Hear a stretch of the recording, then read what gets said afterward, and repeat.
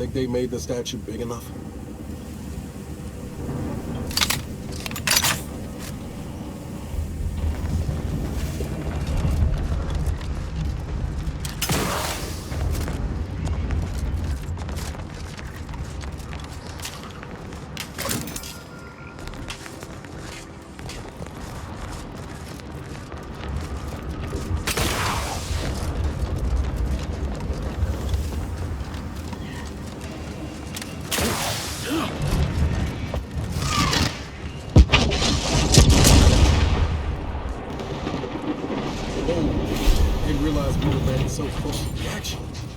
Bases down there. If one of them got hit, then that strike will be the first of many.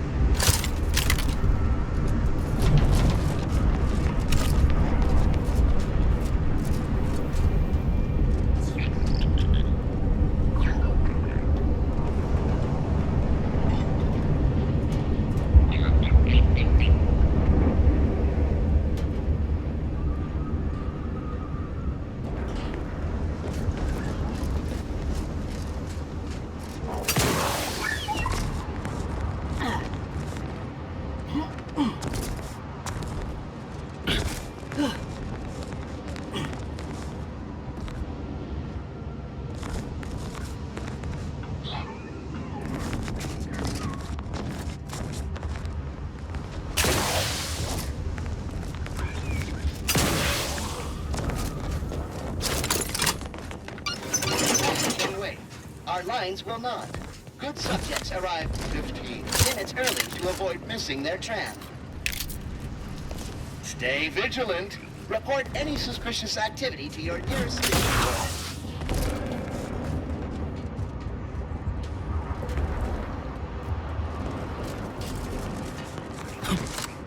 Wow. This station's short all the scraps since last I stepped about. Don't think we'll be hitching a ride anywhere quick.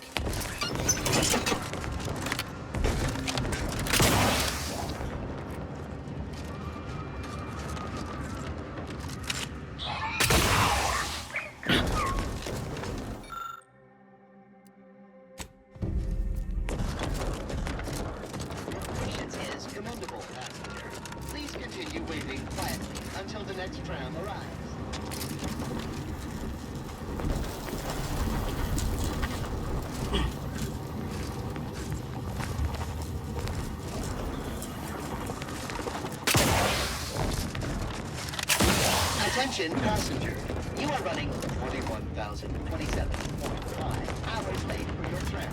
Please be mindful of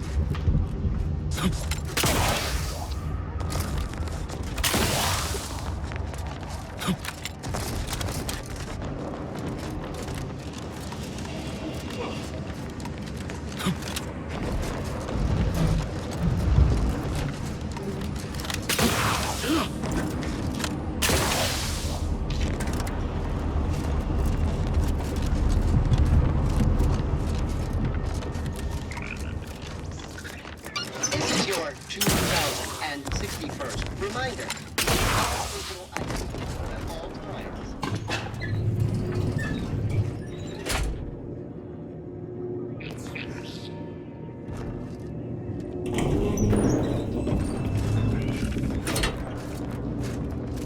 were hunkered down here. Wonder how long they held out before. Well, best not to think about it.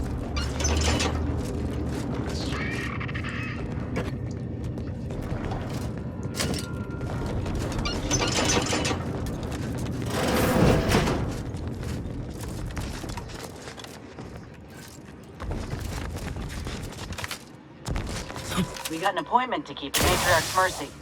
Let's just hope we don't get shelled too.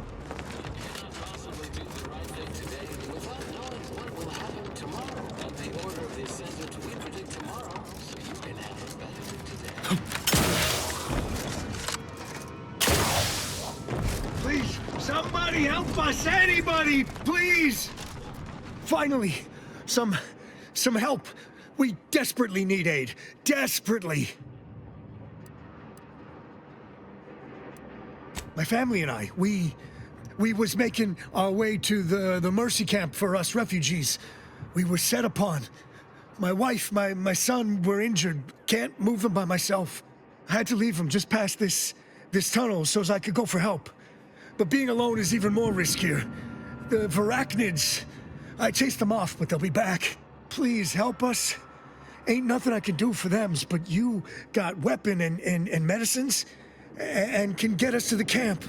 Please.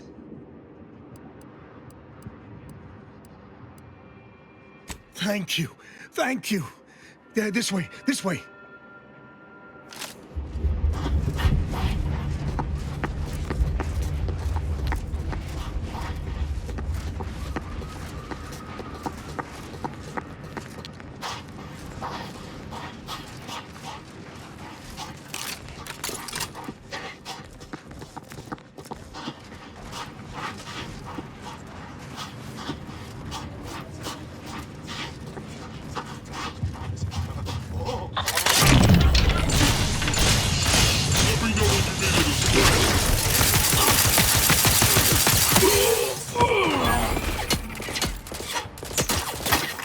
Hey, nothing there!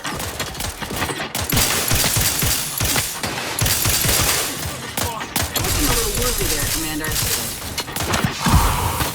Crabble Claw's angry! That claw's always crabby!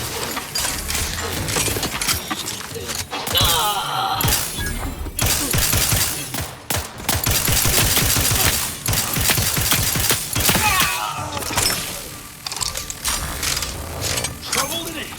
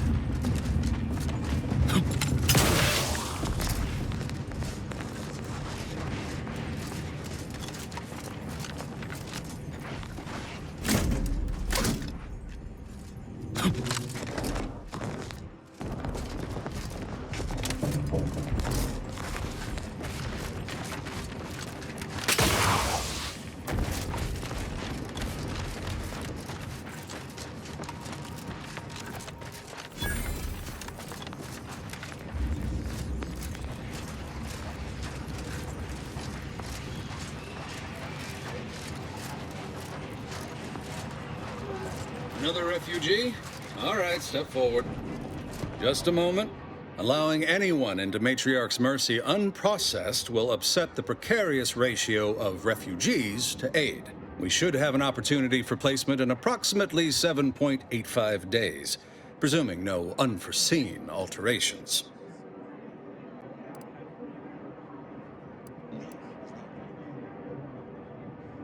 Oh, no, we can't allow that.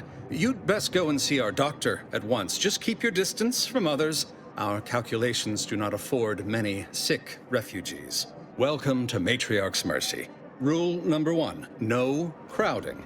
Rule number 2, avoid the exclusion zone.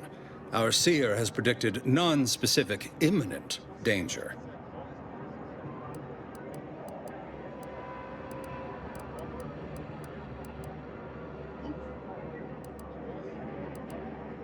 I thought the name was self-explanatory. Our seer predicted that a corner of the encampment is in terrible danger. Danger from what? Or when? Unclear. Stay away from it, and, in all probability, you won't have to find out. Not at present, but according to our predictions, the creation of a third rule is likely, if not inevitable.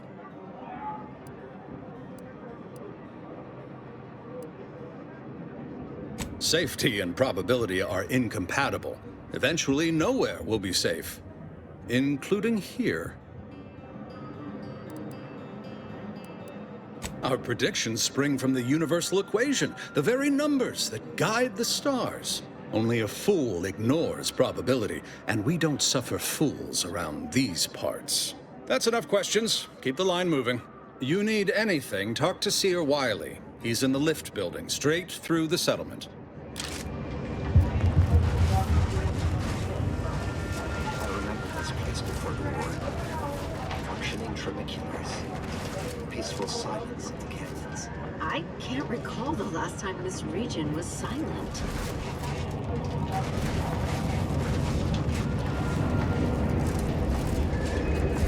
How long are we meant to stay here? Ask the order. I'm not in the prediction business.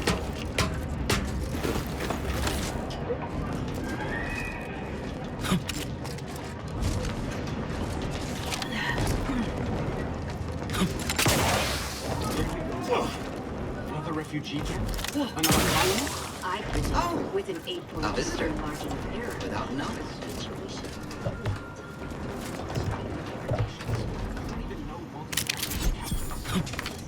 Cheer you up.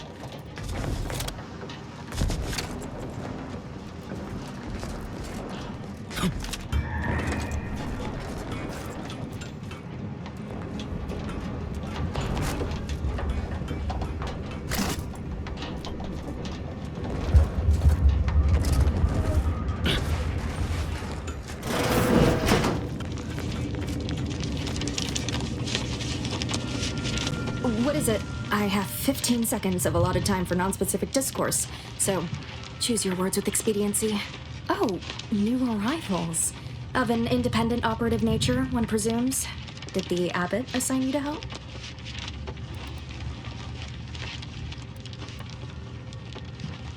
A centillion apologies. I adopted this approach in an effort to be efficient, not impatient or rude. Point taken. To explain, infrastructure requests from the displaced exceed present resource capacity. The mounting accumulation of prevailing desideratum is regrettably beyond us. Or beyond me, more to the point. I am simply one person, impossibly stretched thin, and unable to attend to the needs of the displaced.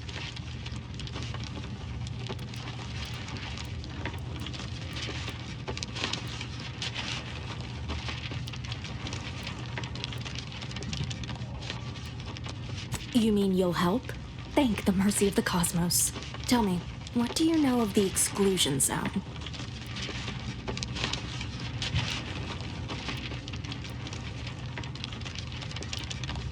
I keep forgetting you're a newcomer and unfamiliar to these parts. The exclusion zone is a mere corner of Matriarch's mercy, and rightfully off limits. You see, the seer predicted that a calamity would befall the exclusion zone, warning that the barrier must not be crossed.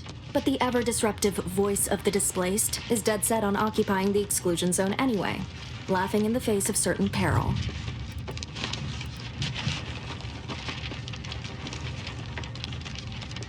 Surely, but the abbot asked me to be personally responsible for their continued well-being. The seer has augured death for anyone who enters the exclusion zone. Yes, you heard me right. Death. Furthermore, and I quote, "An outside mediator, having earned the confidence of both sides, has a high likelihood of clearing up an ongoing dispute. We can't have the voice of the displaced sowing disorder. Will you help us? Will you be our outside mediator, as was foretold?"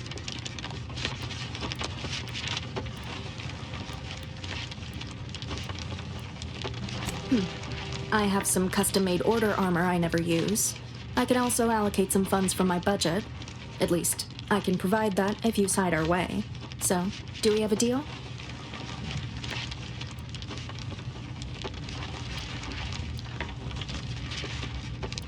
The first step is to familiarize yourself with every angle of the dispute. Talk to the people of Matriarch's Mercy. The displaced want the exclusion zone. We want it kept off limits. We can't both be right. Feel free to speak with the voice of the displaced herself if you aren't already acquainted. Any questions before you get started?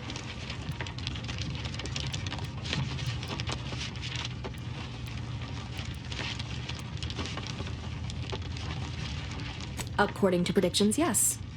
Or at least, my interpretation of them. I am reasonably certain. More than usual, in fact. I can tell you she's a rabble-rouser of the highest order. Still, she cleaves to her principles. That's something. You can find her outside, among her people, stubbornly defying an order barricade. Novice Seer Vicarage should have ample time to illuminate you on the Order's forecast modeling methods. He's just down the room from here. Many people around camp support or object to our methods. Speak to them, form your own opinion, and when you are ready, we will decide the fate of the exclusion zone.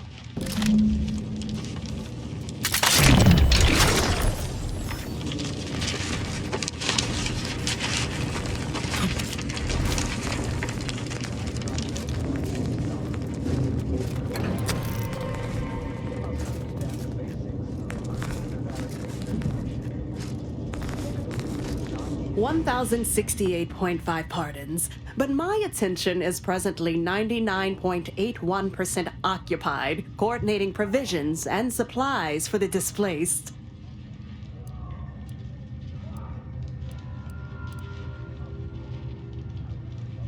I have zero allotted time for random queries, at present or in the foreseeable future. But very well. As the assigned provisioner, I am responsible for coordinating the requisition and distribution of comestibles, medicinals, and miscellaneous vital supplies. The overwhelming majority of my time is dedicated to this, leaving only moments to see to the Order's needs in the settlement. But it is an effort I undertake with great relish. You may not have noticed, but the refugees do not want for food or medicine.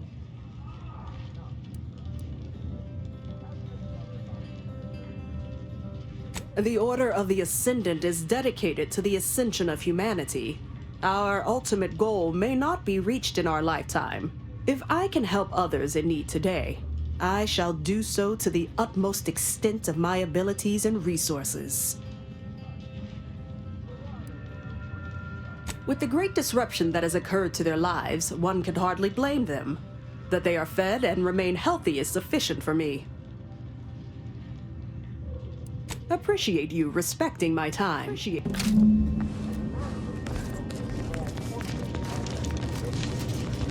By the law. It's you. However, most stellar objects generate quantum mutations.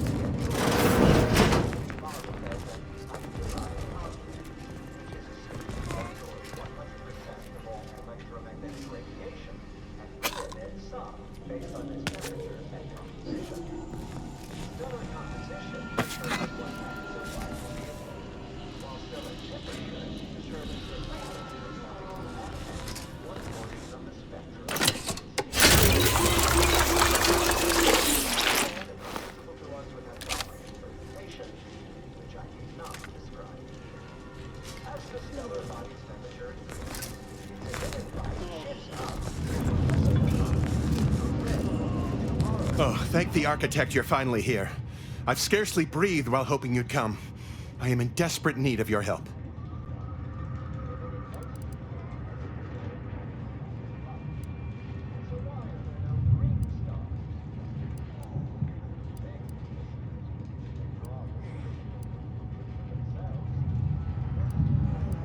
True, but the Order's predictions know you better than you know yourself.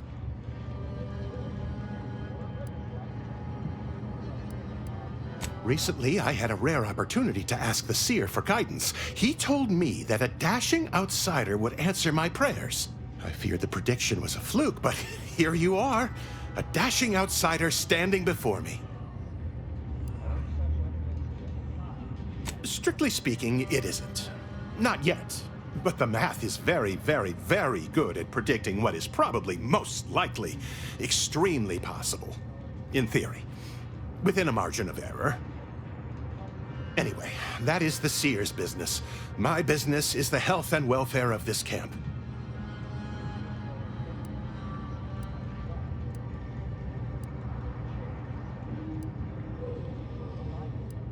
Where to begin? There are so many sick and wounded in Matriarch's mercy, and I have but 2 imperfect hands. I am but a humble general practitioner. What I really need are specialists, and the Seer predicted an outsider would find them.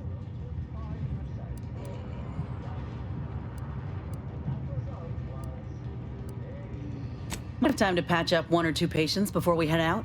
I used to be a combat medic. A good one, too. You also strike me as someone on the go. I need committed medical employees, not a freelancer. The Seer gave me a datapad with explicit instructions that I not read it, for my intervention could only throw probability into disarray. Now, take the datapad, with my thanks.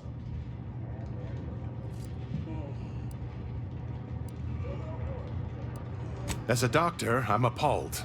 We don't have enough beds or private quarters to separate people, so sickness is blazing an unhappy trail through the refugees. Of course, the Order keeps us well supplied with meds, but things will get worse as long as we're overcrowded. Yes, I can treat sickness as it arises. It would be leagues better to prevent it entirely. That means space to spread out.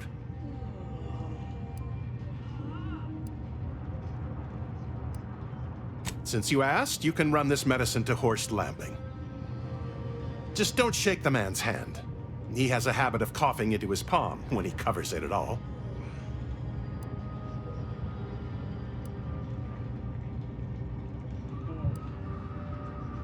Since you aren't a refugee, I hope you understand that I cannot offer my goods free of charge, but my prices are fair.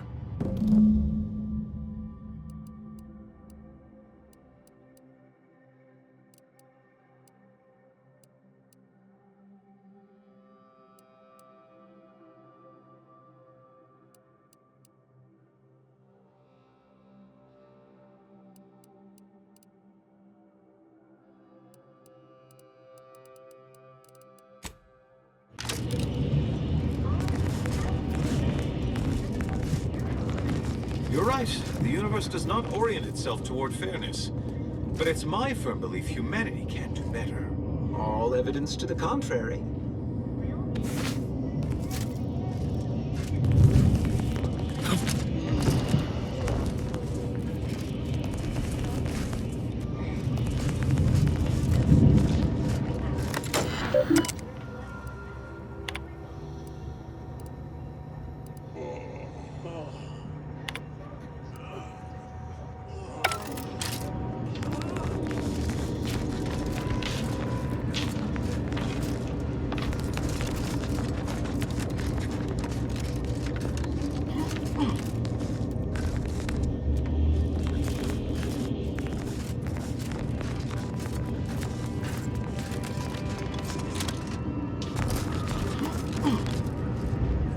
Ah, you must be the, Earth Directorate agent I was told to expect. Your punctuality is commendable. Allow me to welcome you to Golden Ridge. I'm afraid I've no refreshments available, but can I interest you in a customary debate over decidability?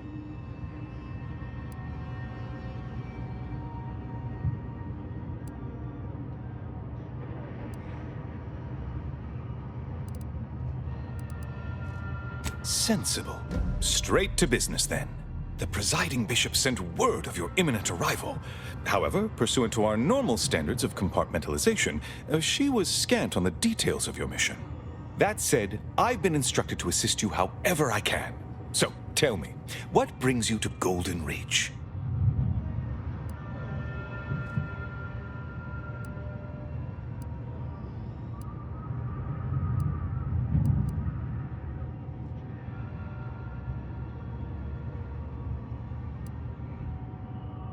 DeVries. Now, why does that name ring familiar? Landon, do you recall a DeVries? I don't generally concern myself with passers through. If this DeVries was not a member of the Order, then it's unlikely we ever exchanged mats.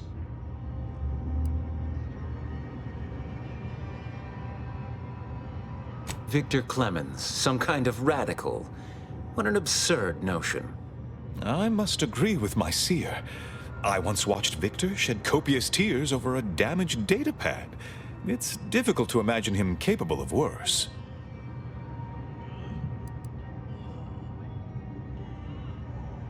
And that may well be true. But our standard of proof within the Order is not normally met by hearsay alone. Victor's currently supervising highly experimental research at one of our labs to the northwest, the N-Ray range, beyond the invaders' front lines. Unfortunately, you'll need to go through the decommissioned autonomous extractorium to reach it.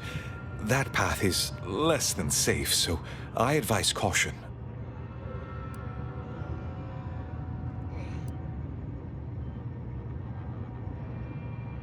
What business is it of yours? Let's not be unfriendly. The agent's only curious. Obviously, Victor's work has something to do with N-rays, but beyond that, I haven't a clue. More of that pesky compartmentalization, I'm afraid. Besides the highly caustic Serenium River and the Mantisaurs, we've also received reports of mad cultists in the area. It does make me wonder why Victor decided to stay.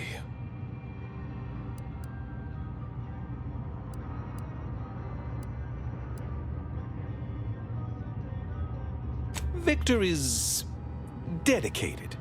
Single-minded, one could say.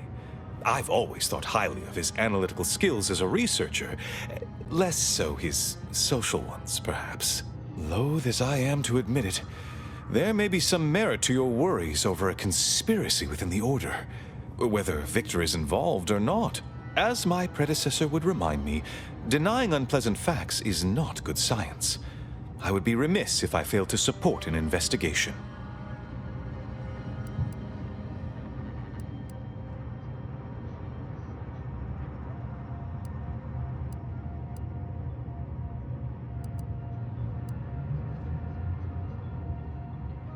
No doubt you heard of the recent attack launched on that Anti's Choice base, Outpost Opportunity.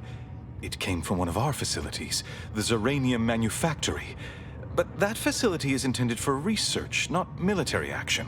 I hate thinking an Order member responsible, but given the precision of the attack, it does suggest traitors in our midst.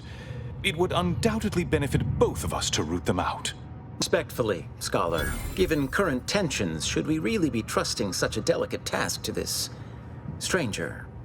Would an internal review of our ranks not be more appropriate?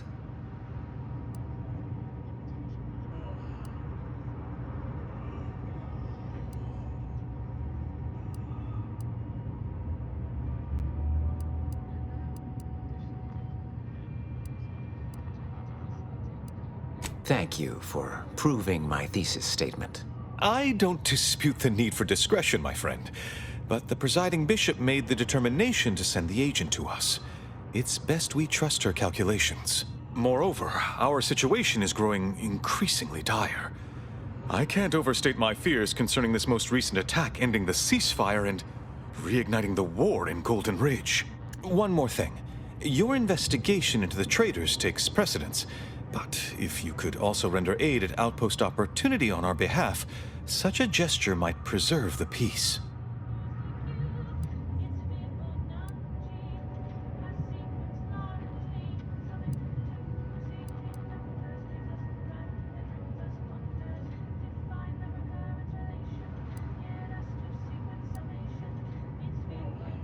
And here I was under the impression that investigating crime and injustice was primarily what Earth Directorate agents do. He's got us there, Commander. At any rate, I trust whatever's uncovered over the course of this investigation will serve as compensation enough.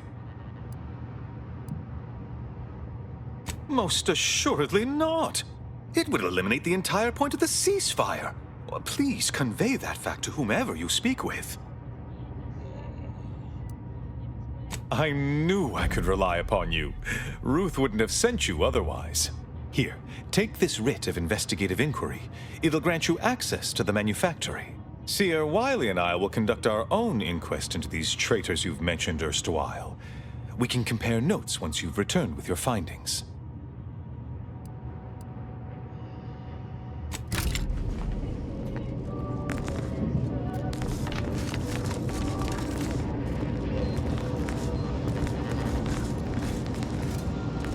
We need to help the folk get opportunity, Commander.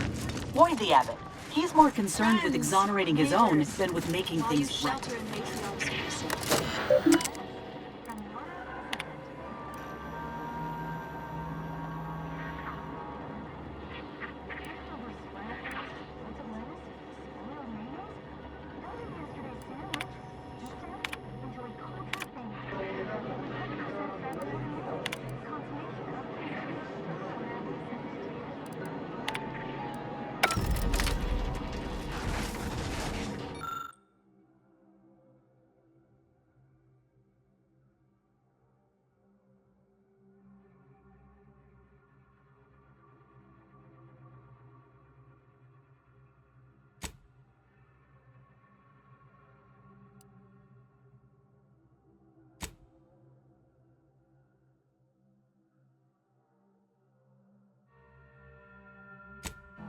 Shame what happened there. I seen the whole thing. Scientists have created the perfect reality set. It is balanced, planned, and tasteful. Cease your search for complete lunchtime fulfillment, for it has arrived. You are welcome. From the Order of the Ascendant.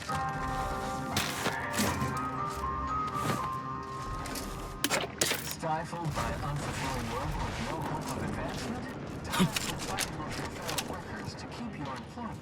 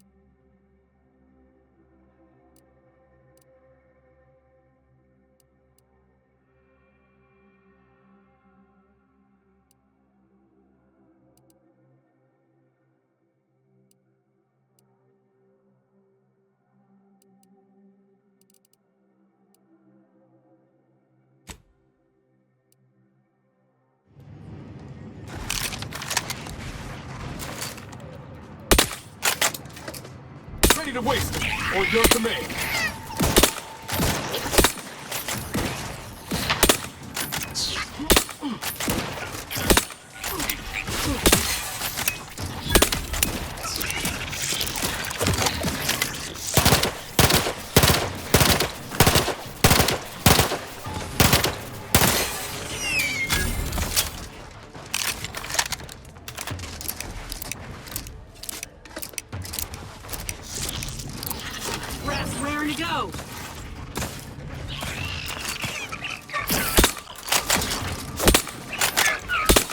Commander, watch your vitals!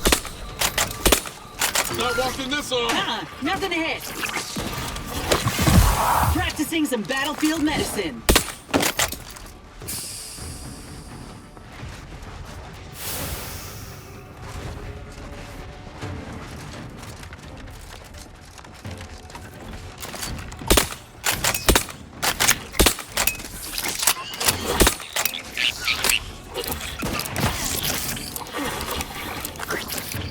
Commander, medic's orders!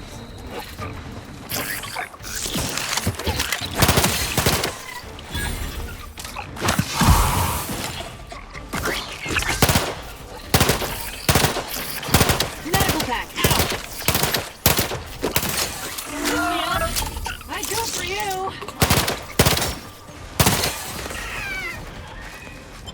Knew you had my back.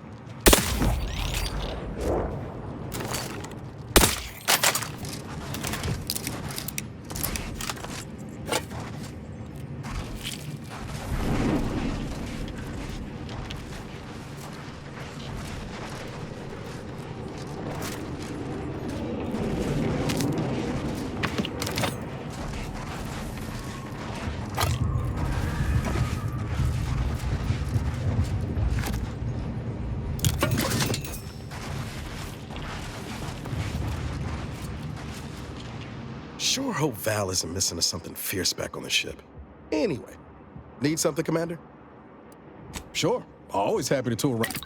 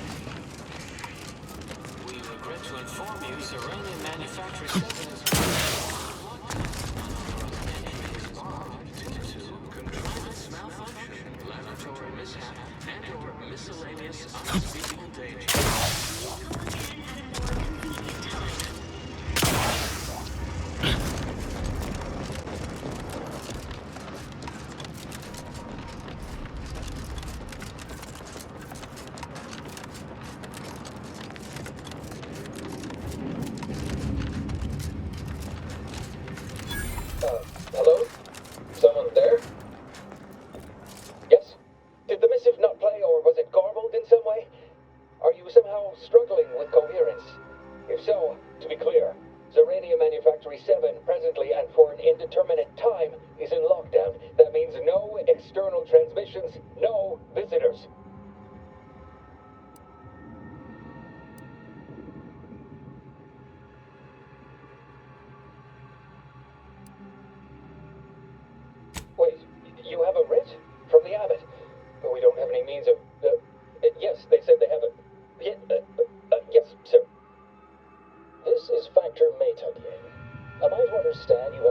orders from the abbot.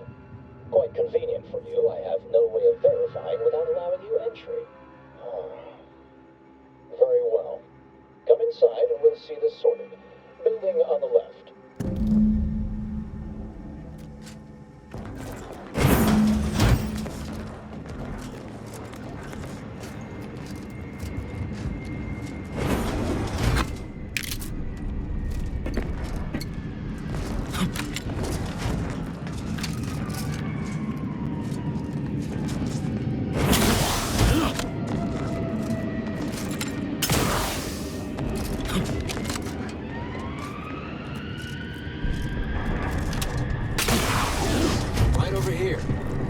Getting down below until you talk to me.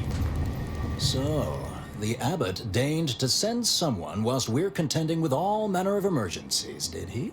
Wait, is that an Auntie's Choice enhanced soldier with you? Oh, I see what this is. Stay back. We have no desire to escalate things further. Don't do something you'll regret. We want answers, not a fight. And if indeed there's any retribution to be had, it won't be by my hand. Tell him, Commander.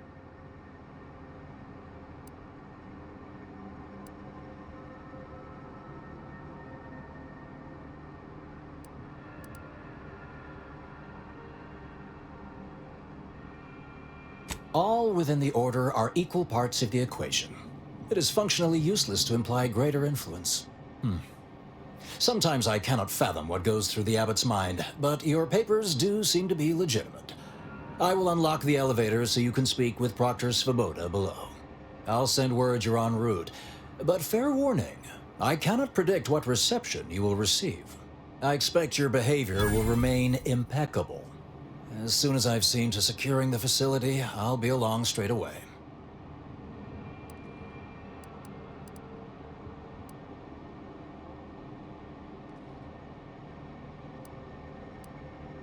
The recent attack may have originated from this facility, but I assure you it was not at our hand. We have no desire to resume open warfare with Auntie's Choice. One of our transport pods, filled with Zeranium, was diverted toward, or more specifically at, their location.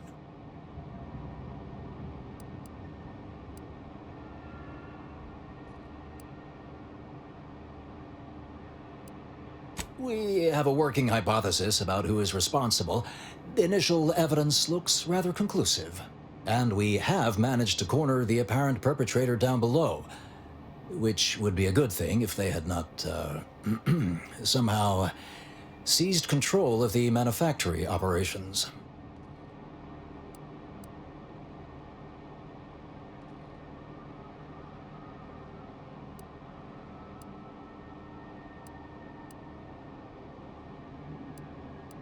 Our suspect, one Initiate Alva, previously supervised launch controls. Though steadfastly maintaining her innocence, she has also barricaded herself in the operations control room below, a move not likely to allay anyone's suspicions.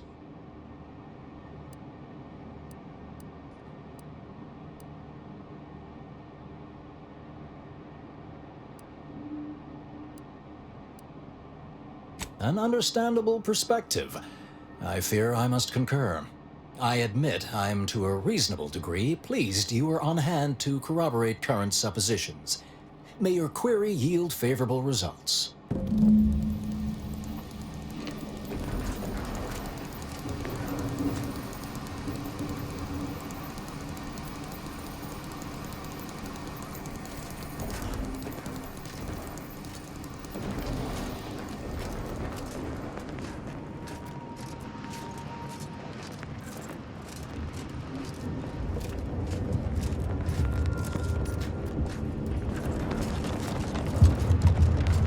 Evidently originated here. Transport pod full of Zeranium. Blue outpost opportunity to naught but tinges and fenders. Wait, so has it been classified as an accident? Or an attack? What I'd like to know is why our illustrious seer provided no warning beforehand.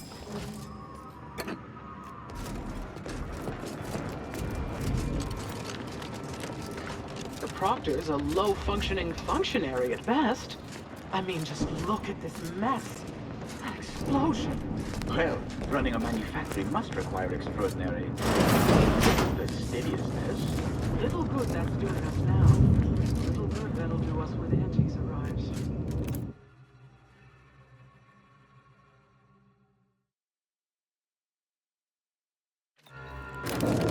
Initiate Alpha, stand down. Relinquish control of this facility immediately. Oh, my dear Proctor, you can't believe a low-level drudge like me is responsible for any of this. You'd have us all believe you seized control to demonstrate your innocence. Wait, is this being broadcast? I have no idea how this audio doodad works. You're the one in charge here, Proctor Svoboda. Are you sure you didn't do something? I demand your unconditional surrender and... Hello, Proctor? I'm pushing buttons over here now. Did I disconnect you somehow?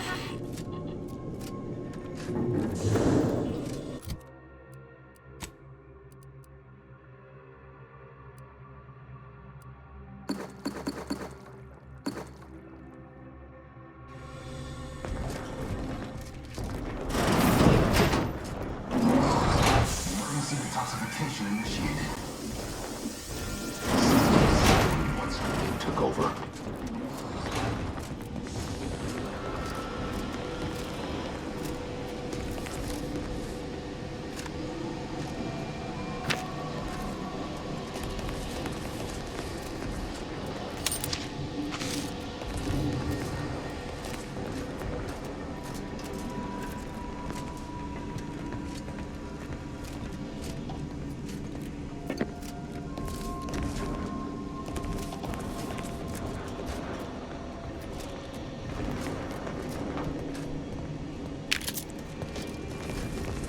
Not clear to speak with random factors.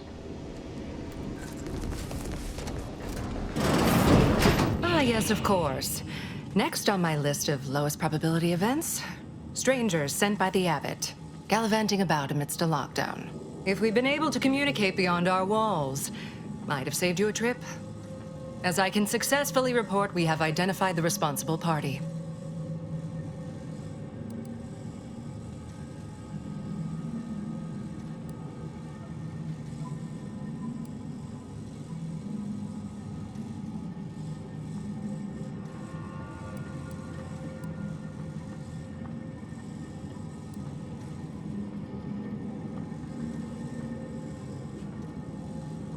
It's less what happened than who happened. Initiate Alva, that is. A low-level subordinate, assigned here years ago. Her role was to launch transport pods of volatile uranium to collection points in space. Not at the outposts of our rivals. Those poor, short-sighted commercialists. A spy or turncoat, no doubt. A sleeper agent from one of those secret enemy programs you're always hearing about.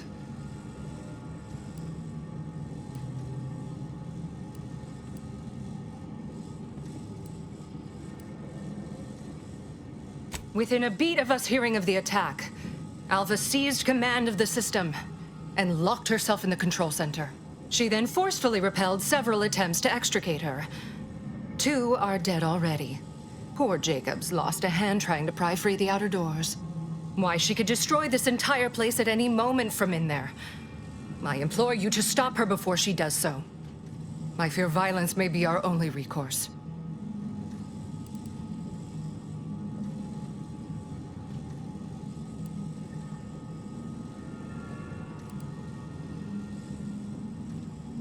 Fervent professements of innocence, mostly. You know, exactly what you'd expect a secret traitress to claim. Dramatic attestations that grew quite animated. I suppose spies must build up a flair for histrionics. What with all that, hiding their identities and all. Then bursting forth like a pent-up arachnid. At any rate, I have work to do, and you have a saboteur to eliminate, yes?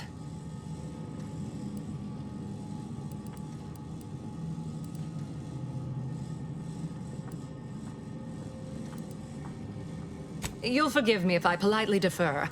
While I'd hardly depict this as a crisis, I do have a few irons in the fire. I'll be in my office. Let me know once she's no longer a problem.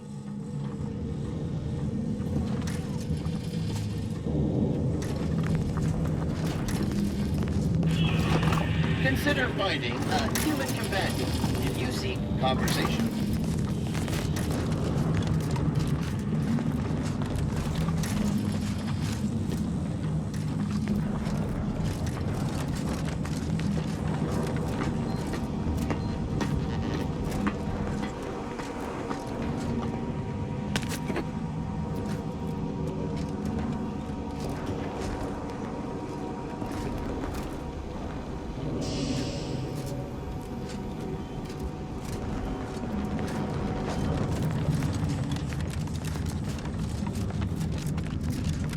Now, this is important. Would you describe the arachnid's glycerin as slathering when it attacked? How much viscous fluid would you estimate was involved? I don't know anything about the fluid's volume. Thing attacked. I shot it. There's goo all over the spot.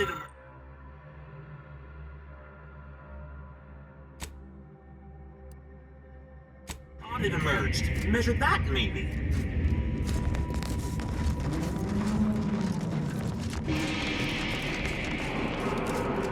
Two exemplars, dead as Pythagoras. No one's been inside operation since. Just a run-of-the-mill golden mean emission. Now, listen to yourself. Of course she's hiding something. You think those two exemplars just fell wrong? They're hardly prone to involuntary self-injury. Always account for standard deviation.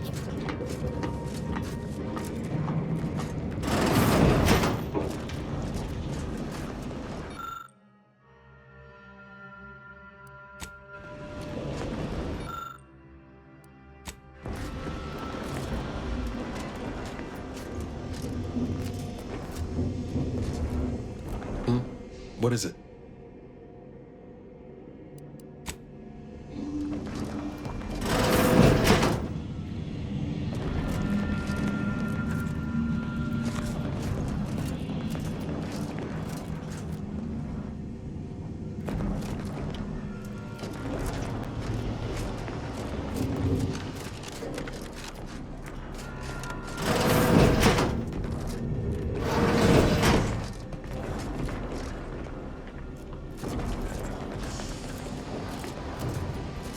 Oh, hello. A visitor. Who is it they're sending now? And who are you, dear? You're what? Some maverick for hire? Oh, no, I can see it now. Earth Directorate, yes? Like Commander Zane and that rascal Buddy. And who is that you brought with you? A friend? Ah, an Auntie's Choice grafted soldier. You poor dear. And someone else. Another Earth Directorate agent, I see. Seems sad. Is she talking about me? All this for me. Fear I hardly deserve such attention. This entire business is just a terrible misunderstanding.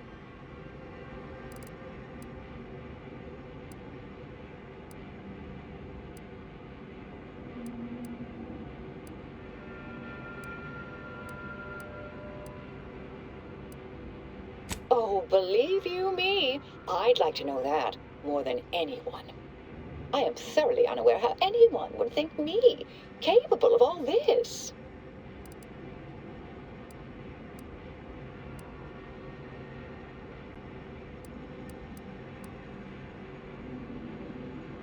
I was apparently at the wrong point in space at the wrong point in time.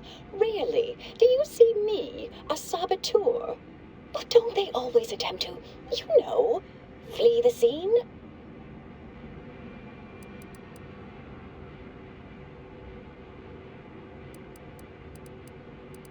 I'll tell you exactly what happened.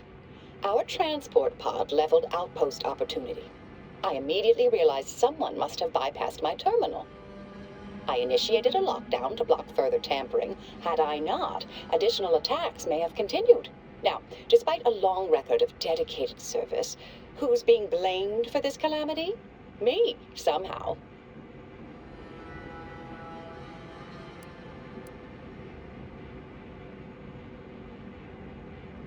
I hate to speak poorly of management, but we work folk around the manufactory consider the proctor something of a petty bureaucrat, dear.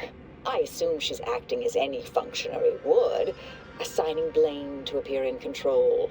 But you know the type, surely.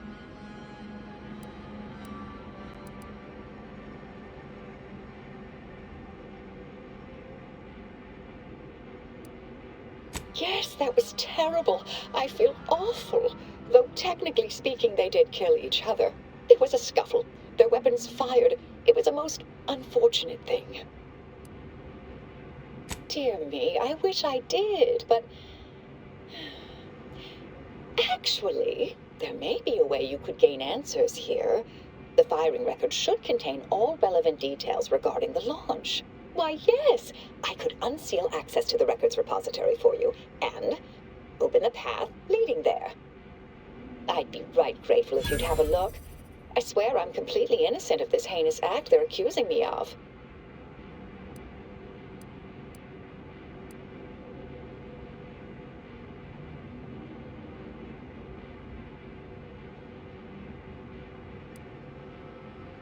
All right, fair enough.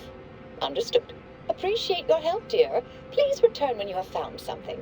May the plan favor us against long odds. May all your endeavors add to the equation.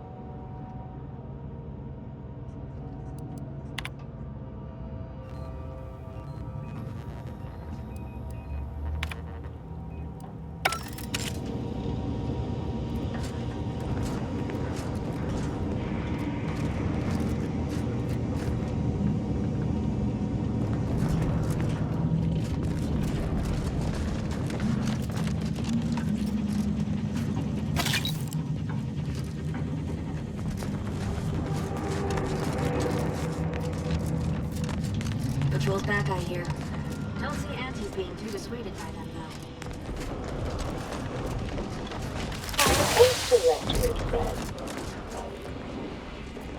Hello. I've been conversing with Factor Matadier here while you were away. Understand you've met? Yes, they witnessed me rather discomposed, I fear. Visions of Auntie's choice reprisal clouded my thoughts at the time.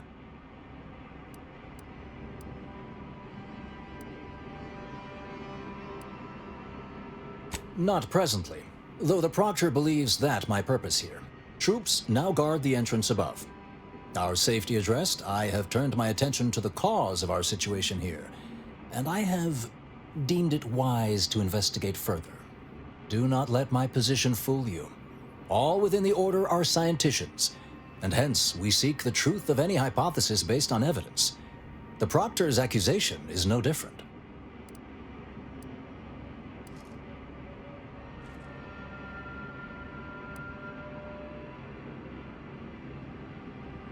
A recent security audit brought up several curious messages meant for an unknown party, sent from a terminal somewhere on the premises. We were unable to track down the whereabouts of this mystery terminal, but one message contained certain oblique references to placing blame. Nothing conclusive, yet enough to give me pause. You examined the launch records, yes? Did you find anything, dear? I suppose the data wipe was meant to cover their trail. The physical records would have been altered, dear, presumably by some difficult-to-discern chemical means. Ah, but listen to me. What do I know about this sort of thing? I know I've watched too many Aetherwave serials. Suppose they fuel my fervent imagination. But still, even the most junior scientist knows the best explanation is one requiring the fewest assumptions. Ergo, I set the correct coordinates. Someone overrode them.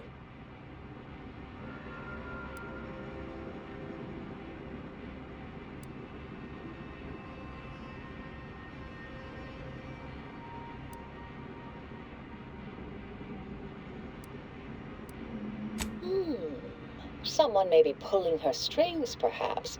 That's what investigators like you say, isn't it? Now, what you uncovered appears to imply 2 further avenues of inquiry.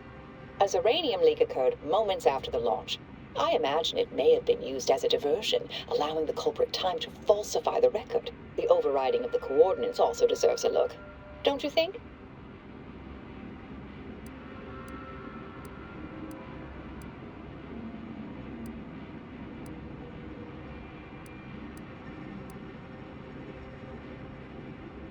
I expect the Zeranium leak stemmed from alterations to the control boards and refinement logistics.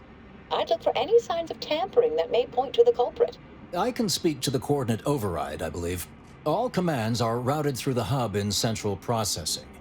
If one meant to accomplish what you're suggesting, they would likely look to do it there.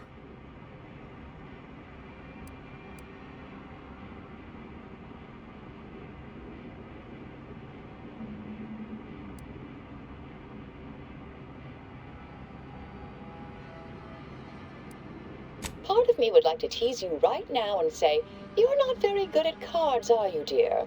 But if you're still on the fence about me, I shouldn't want to tip you over. All right. There. I've unsealed both areas. With hope, what you discover will help us determine the responsible party. I'll stay here and play for more time. If the Proctor sends anyone, I'll say I'm close to convincing you to surrender.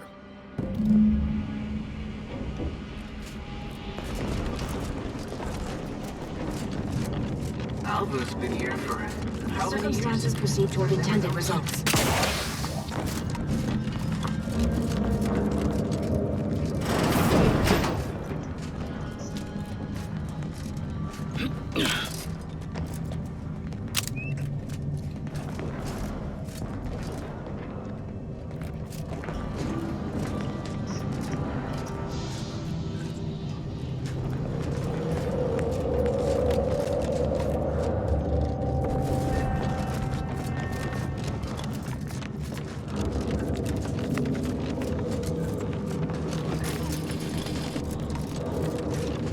Well, Boulder sure has it out for that initiate.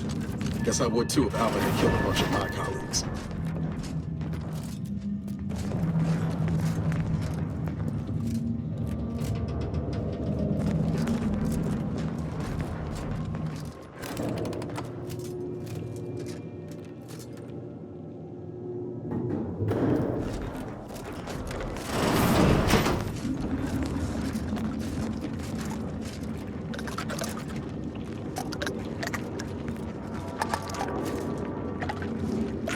Give the order and I'll take care of him, Commander. Look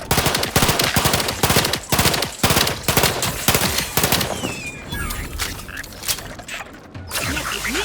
You get the claw! The crab claw! Angry! Lay low, Commander! Headquarters!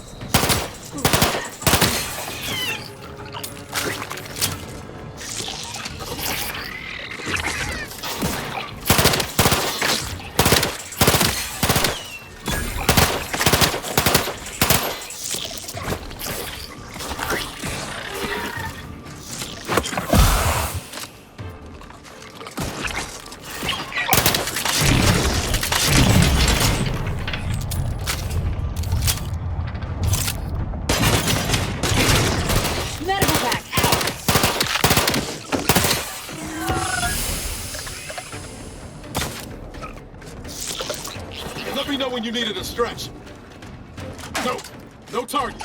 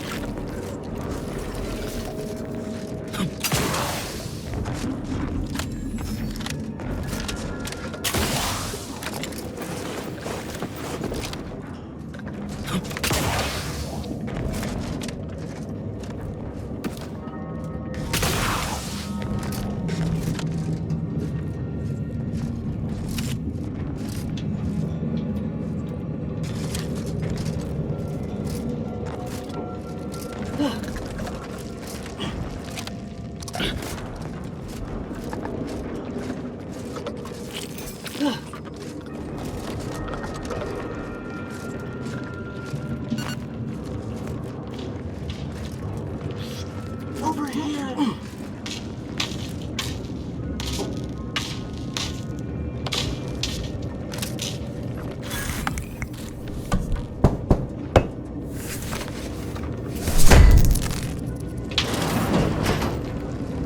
Thank you kindly. I am decidedly in your debt. Anything you need? Anything I, a lowly archivist, can provide you, a heroic individual who is handy with doors?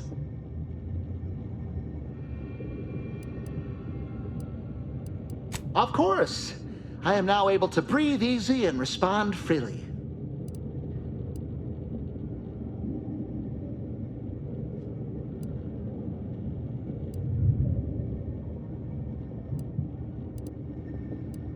Strange question, but yes, all commands pass through the hub here.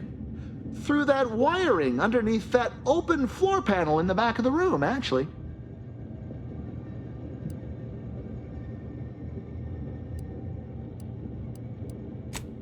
Well, in my professional opinion, looks like someone rerouted some commands from operations. Not sure which ones. Based on the sloppy state it was left in, I'd say they either barely knew what they were doing or were in a rush, or both. Works in operations, right? Always on about her stories. Wish I had time to watch serials and read all day. I was in my cot doing advanced equations. After the explosion occurred, I rushed here to check my terminal. The door was creaky to open. I should have known it would lodge in place when it closed, but I was distracted by the disheveled state of the room and rushed inside. Well, that's about everything I know about everything. Let you be on your way. Careful on your way out. Try not to be liquefied and subsequently devoured.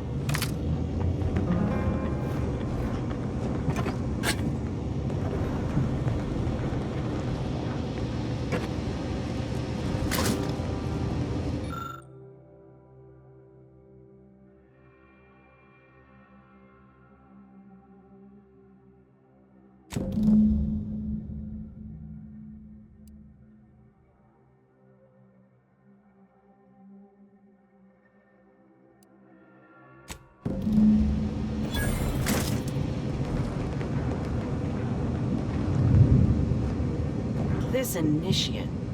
Can't quite put my finger on it, but something's off. Like she's playing games. But I can't say I trust the Proctor any better. Hopefully a bit of investigating will clear things up for us.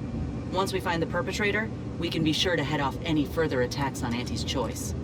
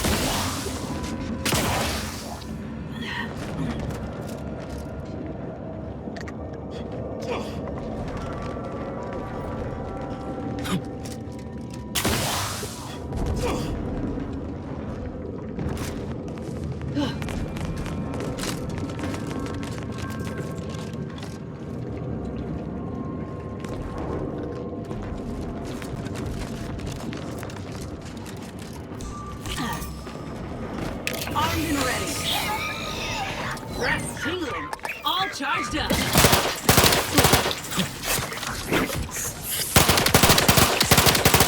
I'm the one you need to worry about. You lot couldn't hit the broadside of a freighter.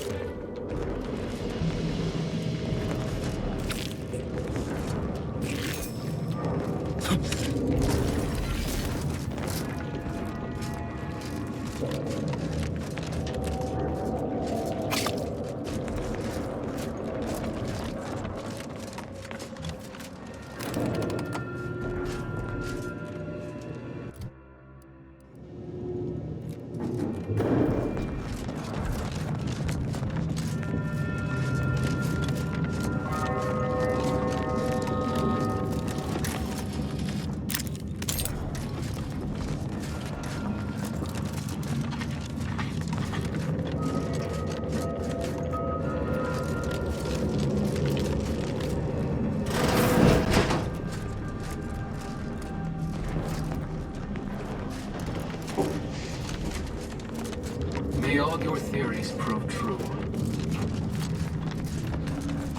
Vector's been in there a while now.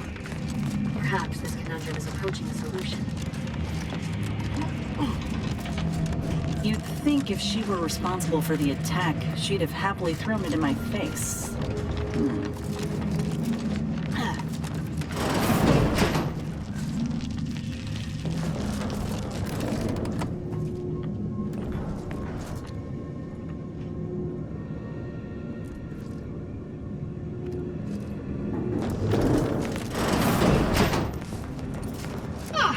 Yes, suppose you'll do. I'd been hoping an empiricist or assessor would amble by, but you appear reasonably apt. The Zeranium overflow venting has gone completely haywire. Oh, what else will this higgledy-piggledy nightmare of a day bring? I was ordered to keep watch until a specialist arrives. Might I entreat you to act in such a capacity? The control board to divert the flow of Zeranium is up yonder in refinery logistics. If so, I have something for your time and effort.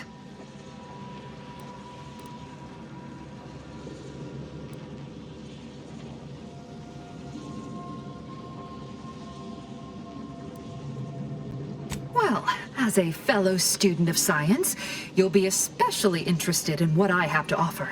We developed a pharmaceutical primer that, technically it poisons you a little, but also heals you quite effectively.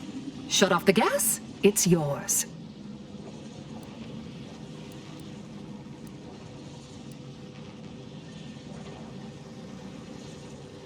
Tremendous. Why, this day may average toward the positive yet. May deliberate endeavors beget expected results.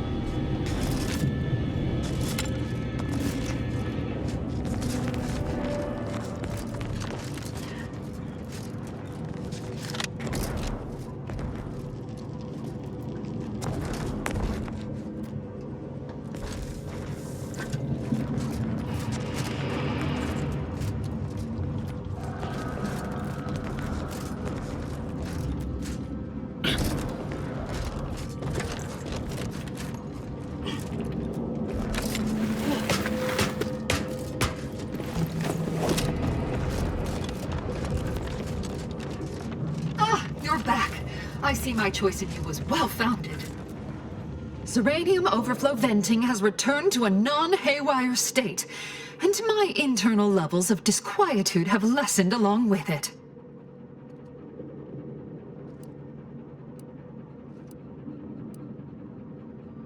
With the leak abated, I am fully prepared to be peppered with queries. Now that you mention it, yes, I recall I was worried about one crisis, then my mind was completely occupied by this other crisis nearby. I must admit, I haven't given the attack a single thought since. I do hope everyone's okay.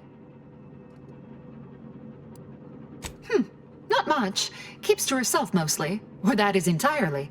Like all of us, she resided in the barracks 15 degrees to the northeast from here.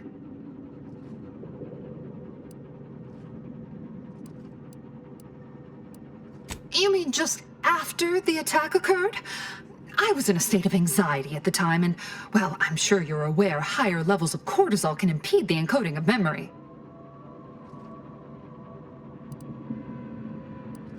I am greatly grateful you were helpful and effective.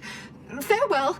This card will allow you into our humble little research lab. It's right past operations. Can't miss it. Unless you do. The pharmaceutical primer I mentioned is inside on display. Yes, I have had my fill of stochastic uncertainty today.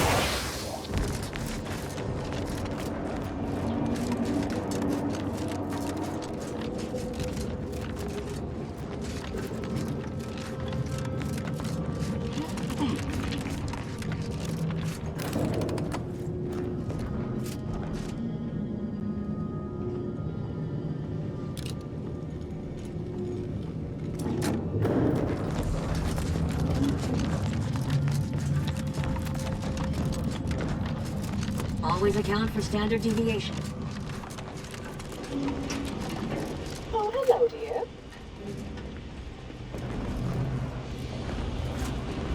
Why, we were just talking about you. Or specifically, potential implications for a multitude of troubling scenarios, based on probable results of your investigation, downstream outcomes, and such and the like.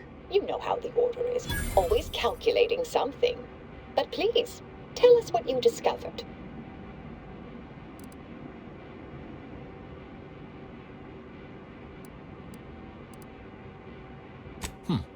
That you found evidence that the coordinates were rerouted is definitely something. Would be an odd step for Alva here to take, except perhaps to throw blame elsewhere. I admit I had the knowledge to cause the leak, but not the authorization. And yes, why would I reroute coordinate commands away from here?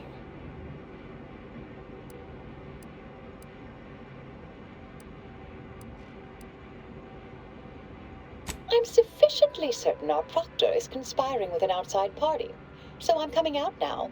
She's going to tell me who she's working with. Then I'm going to kill her. Wait a minute. You're going to what? Our investigation, it's unfinished. And you're an initiate. What are you talking about?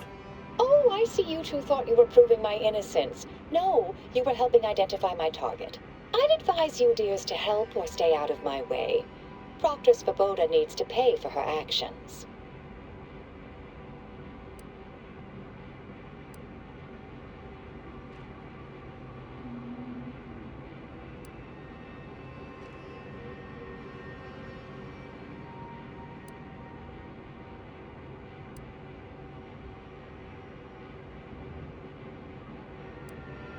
Her possible involvement notwithstanding, Constance Svoboda is an Order proctor, and I cannot abide her cold-blooded murder.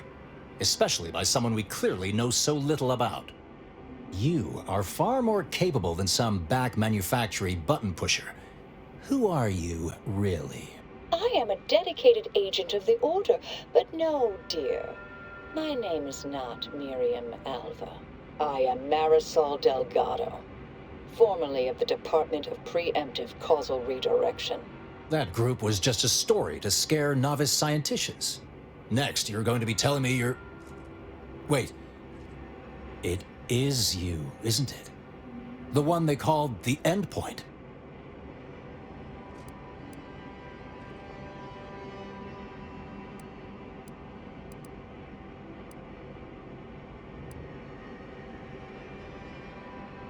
If you want one, you gotta earn it. Start rescuing sprats out of trees. Or maybe finish the important conversations you start.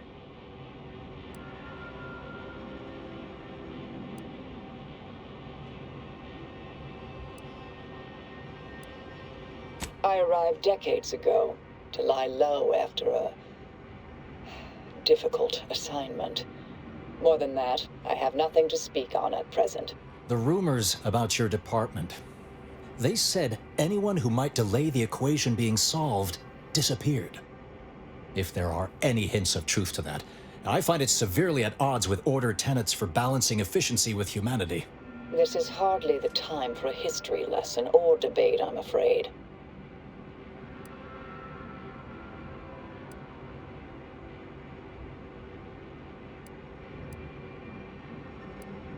That you are who you are, and are standing right, and have been here for years. It's all much to digest. I suspect your methods are not my own, nor the Order's, as I know it. And I fear your intentions for Proctor Svoboda.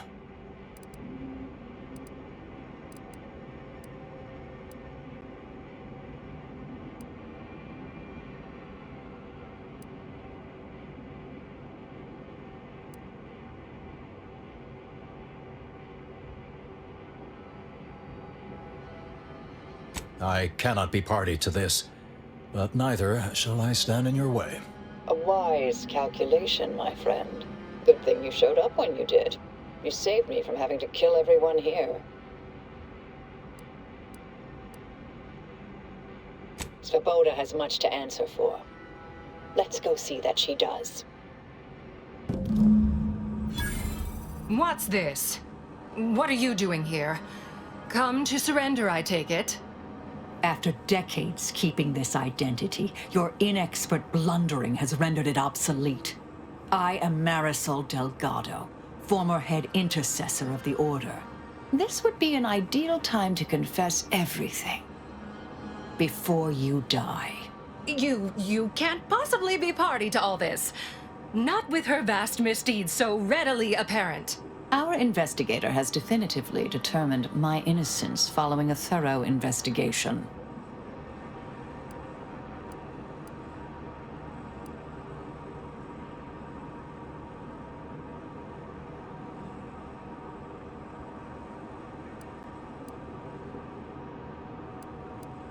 Wait, you can't possibly believe this balderdash. This is all nothing more than a flagrant example of artifice and bunco. An elaborate song and dance from an admitted imposter. Enough, traitor. You made your play. You lost. No more deception. No more lies. Time to pay what is due. No, wait,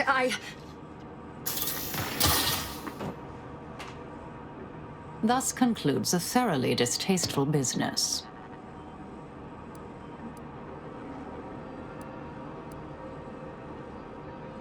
What a nice and thoughtful thing to say, dear. Best search her office.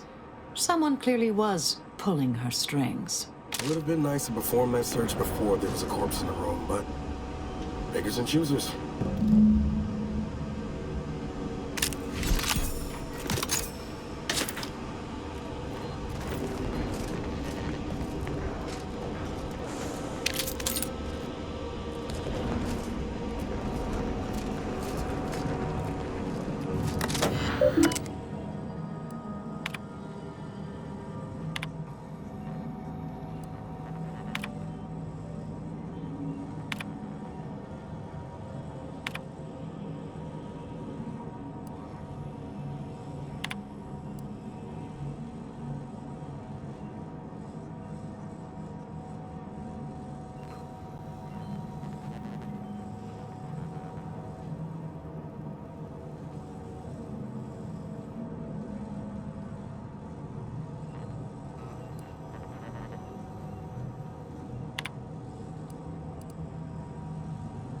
The terminal unsealed the effluvium repository.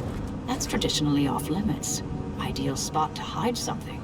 We should take a look.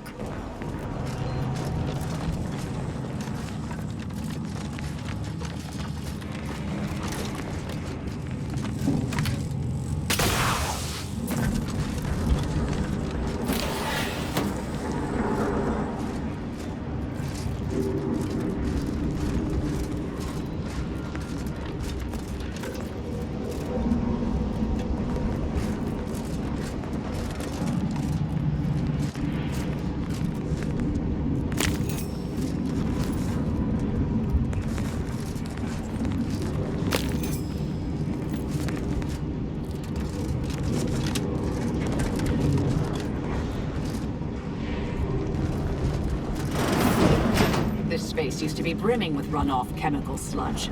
It's been renovated, I see. Another terminal. Go ahead. You should have the honors.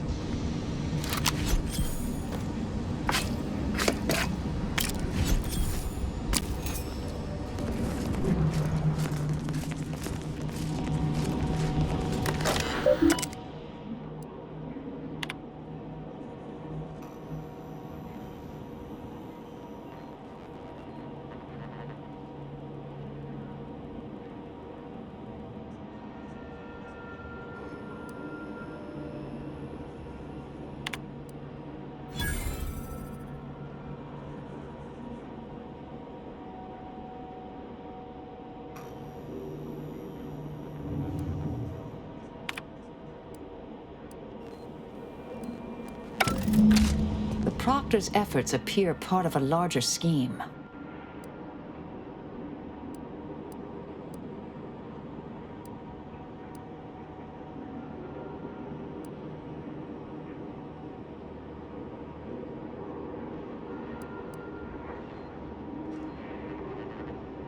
Ah, of course.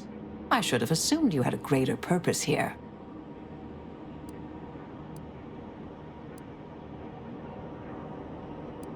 I have some unfinished business I need to get back to. I could use help from an operator like you. Believe my specific skills could benefit your efforts as well. I propose a strategic partnership. You help me, I help you. What do you say?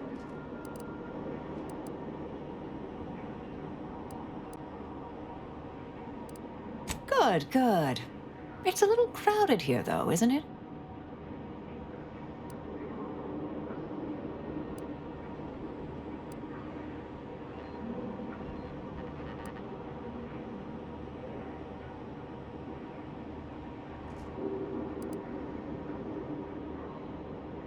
Sure, I could use a few ticks off my feet. Leg has been aching a bit. But hey, you need me, you know where to find me. And don't let that one stray outside your peripherals, if you take my meaning. Excellent. Well then, I am quite ready to leave this place.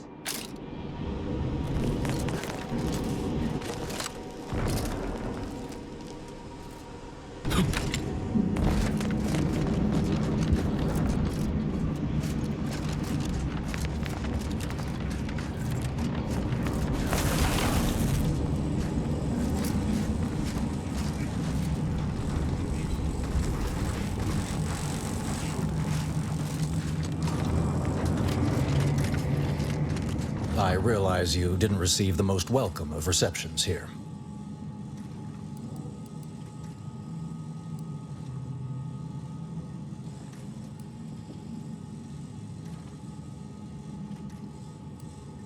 I recognize you've done right by us here today, and I appreciate your efforts.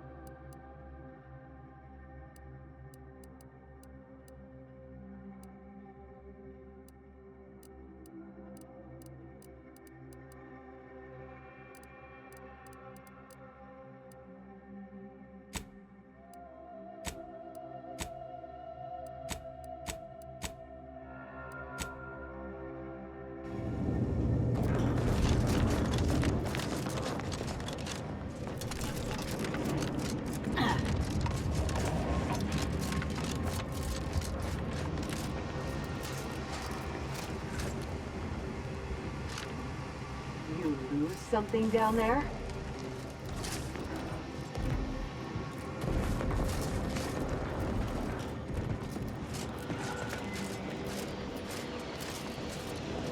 May all your endeavors elicit optimal results.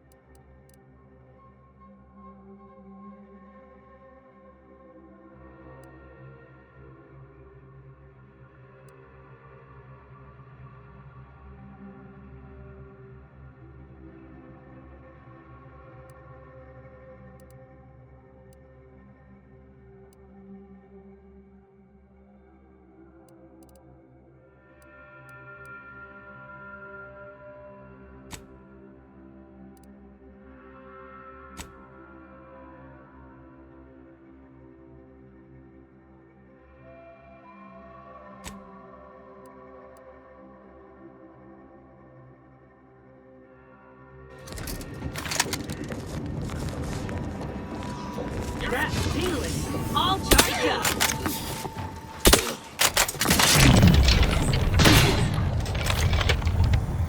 Corpificator at ready status.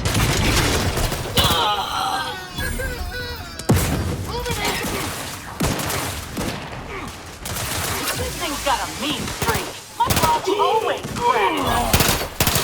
Reviving me is looking a little woozy there, Commander.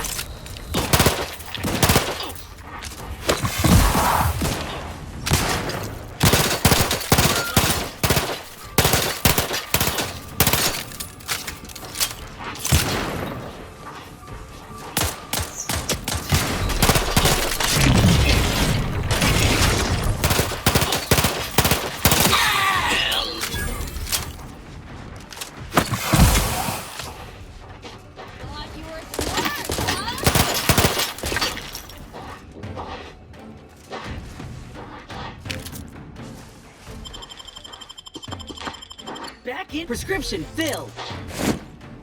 Flame low, Commander. Medic order. Takes me out. I do it for you. Just give me the time. Back in business.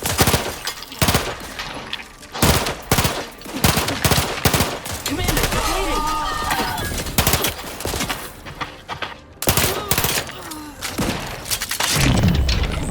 Realize you're about to...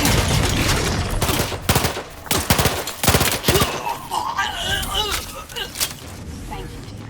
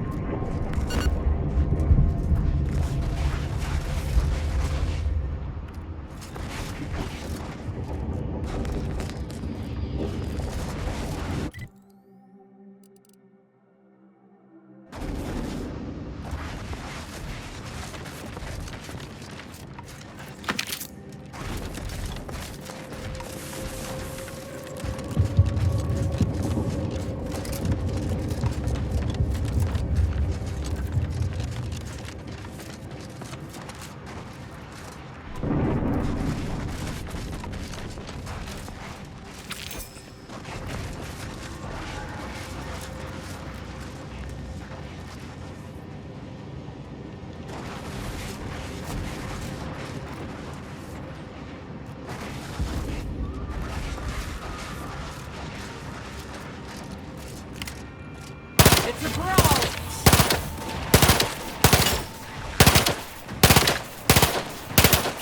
Mitigating the threat. They're benumbed. Recharging as fast as it can, Commander!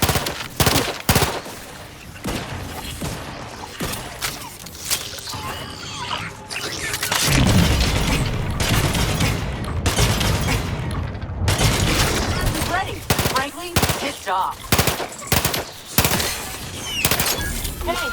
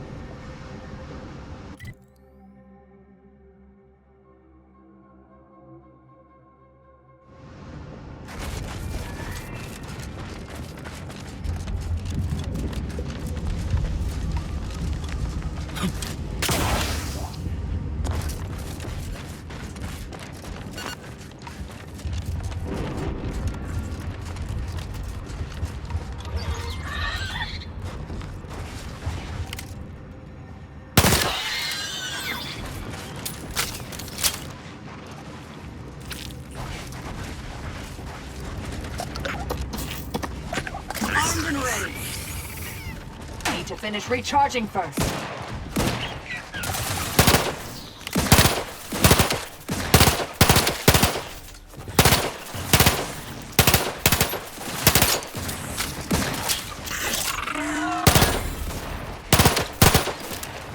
Popping my claw! The Crabble Claw's angry!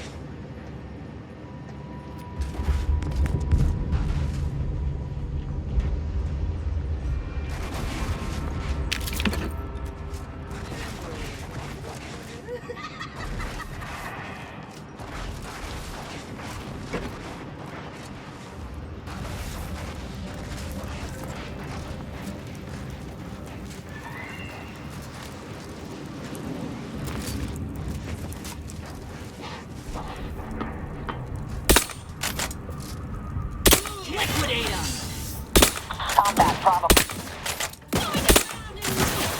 Torpificator is charged.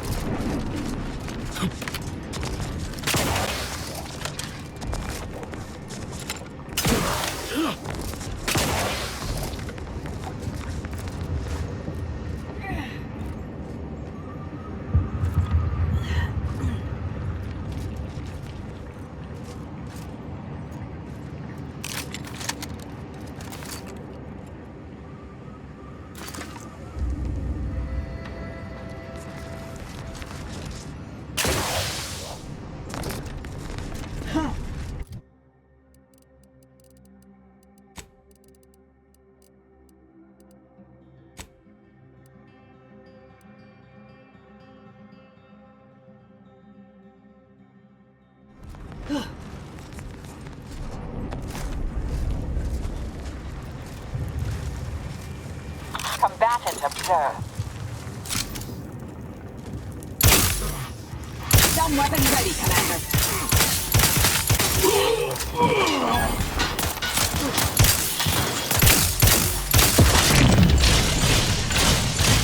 Gas still recharging.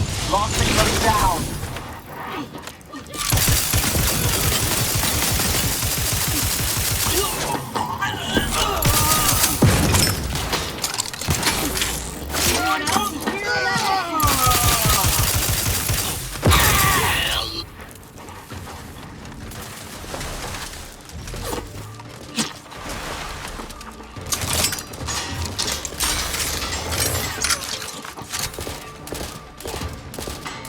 Position.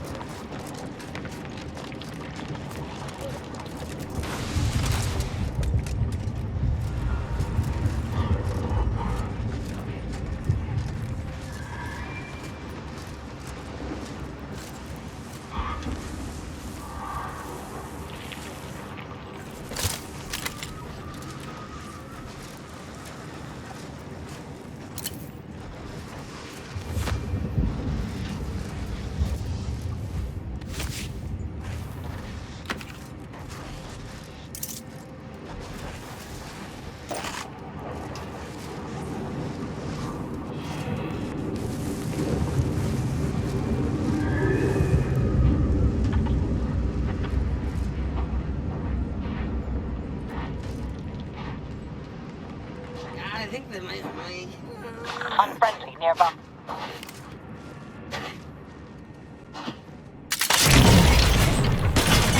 Looks like a fight. Need to penetrate target sites.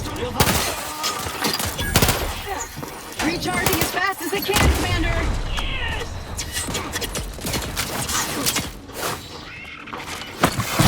Practicing some stuff, right? Fast, where you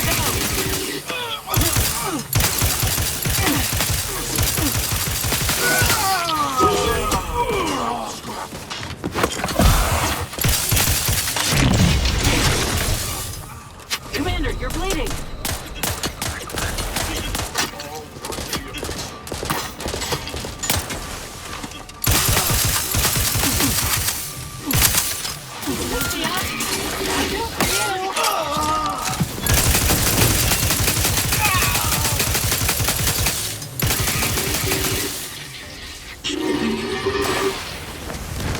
Back in business.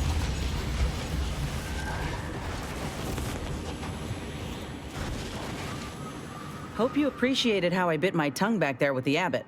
Didn't want things to come to blows with civilians in the crossfire. Full of excuses for the attack, wasn't he? Could be that he's sincere. Or could be that he has his hands so full with keeping his community from falling apart that he missed a memo or two. Either way, I'm willing to stay my hand until we know the truth. If it were my folk buried under the rubble, I'd want to know for certain before acting. Besides, ain't nobody around here better suited for investigating than we are.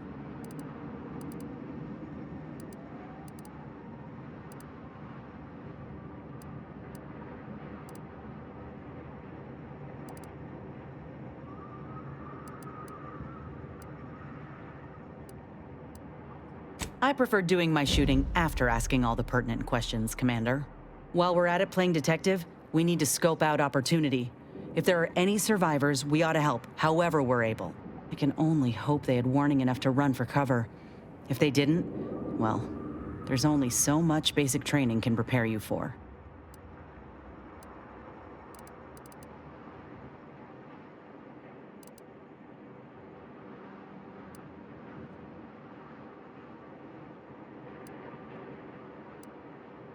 Thank you, Commander. We should move on, unless you got something for me?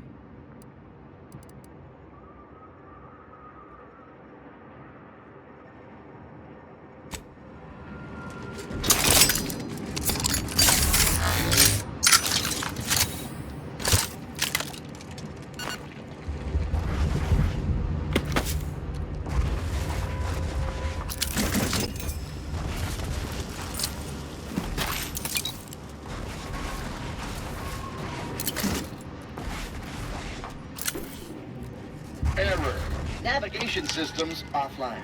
Unable to locate designated path. Greetings. This unit is unable to fulfill its programming. Are you able to assist this unit in its assigned duties?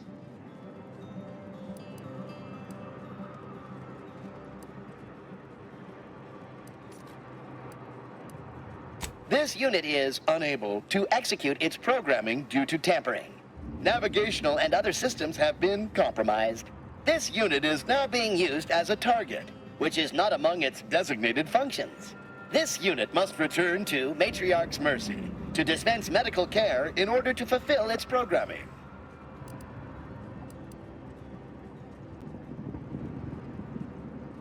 Searching for last known location of charging pad. Success! 1 entry found.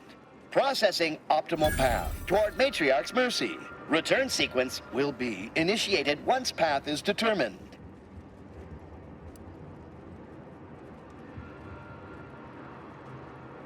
Clarification of purpose confirmed. This unit will arrive at its destination with 0.02% higher efficiency. Thank you, qualified engineer.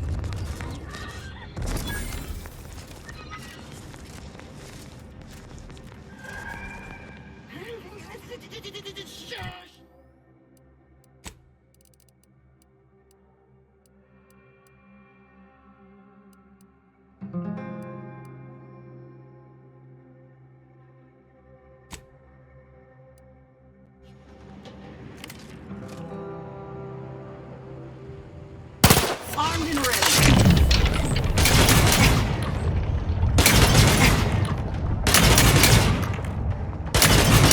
Mitigating the threat. There be none. That claw's always scrappy. Next with me, finish and claw.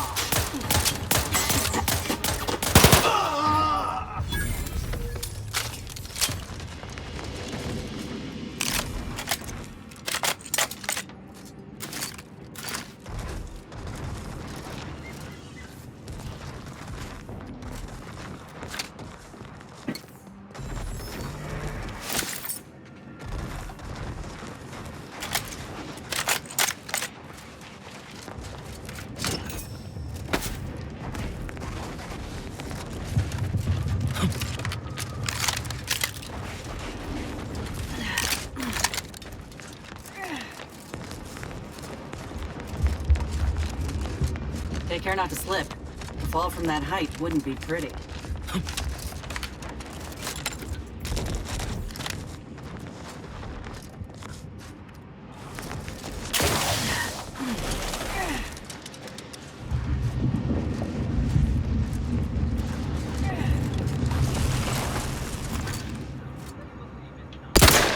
Let me handle this.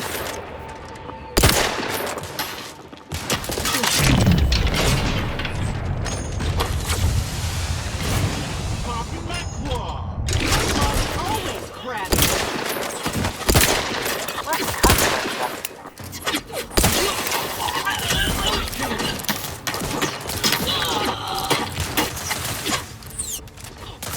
I'm ready.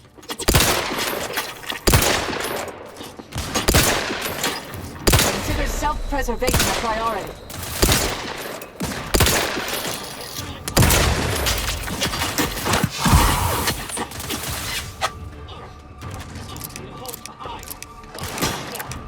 Reloading so I can unload! I used to ask for help, but help? You've suffered extensive damage, Commander. Standing by to stupefy.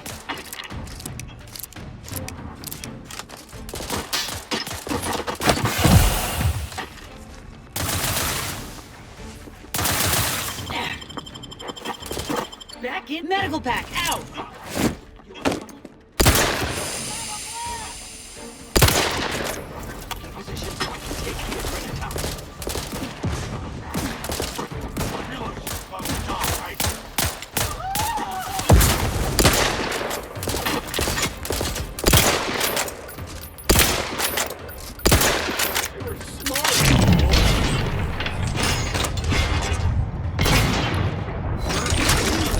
All charged up.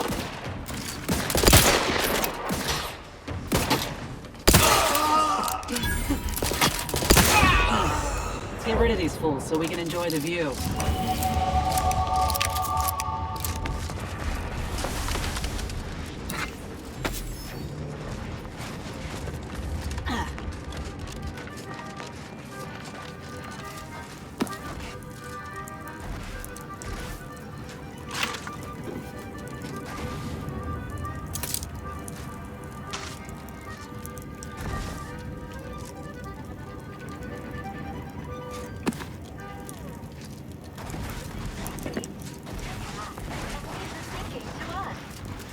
Everyone's neighbor Prudence on Protectorate sanctioned wireless, as many recall from earlier announcements.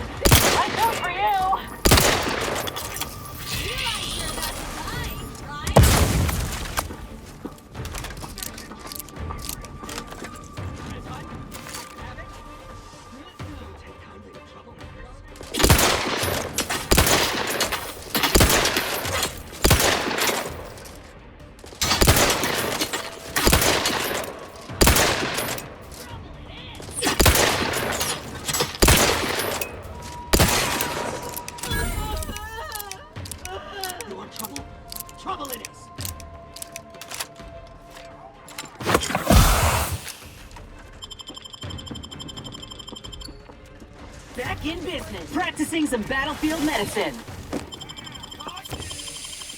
Thank you. Stay in!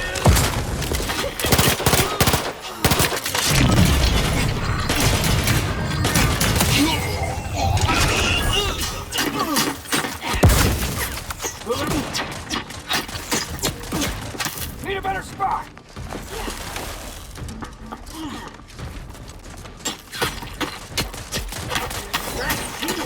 All charged up.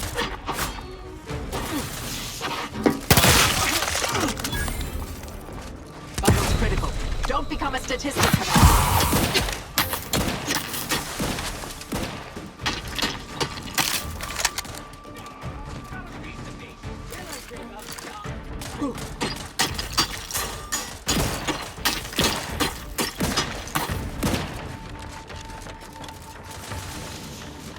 Stun weapon ready, Commander. Hate to ask for help, but help? Vitals are in the red, Commander.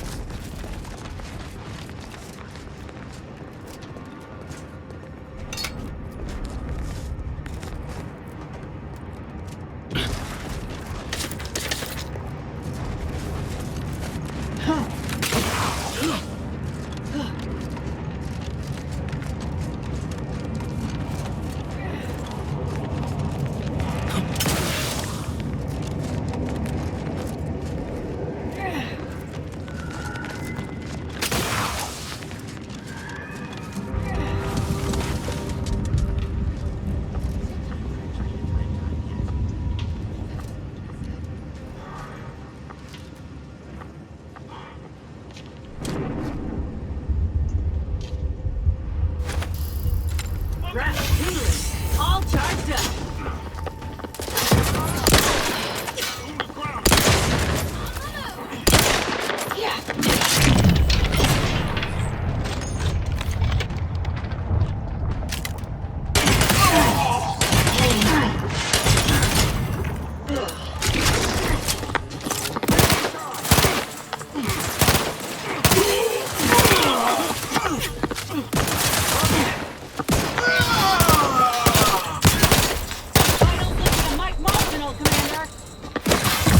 Practicing some battle fortification in progress. Mitigating the threat. Pocket my claw. The gravel claw angry.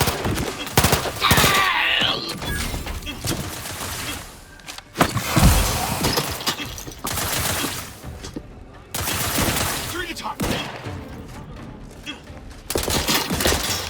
Yeah.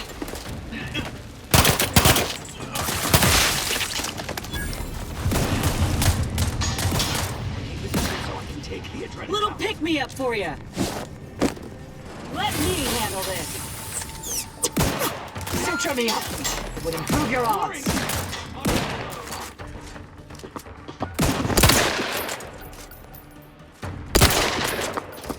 Need a hold time. Thank you, team.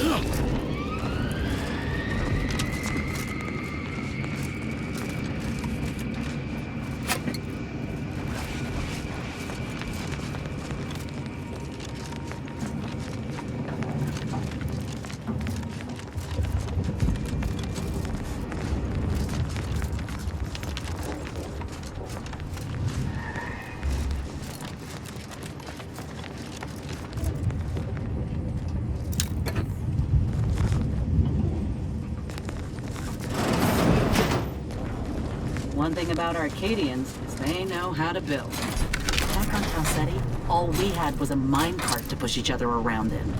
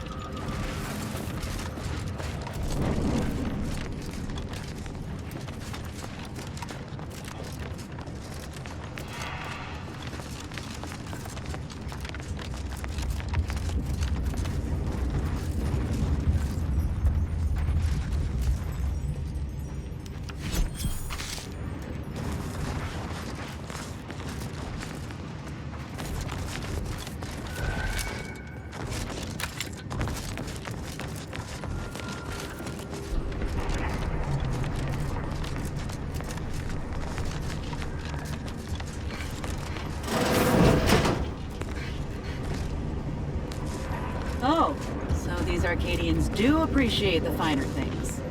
Guess it's only bad when Auntie does it.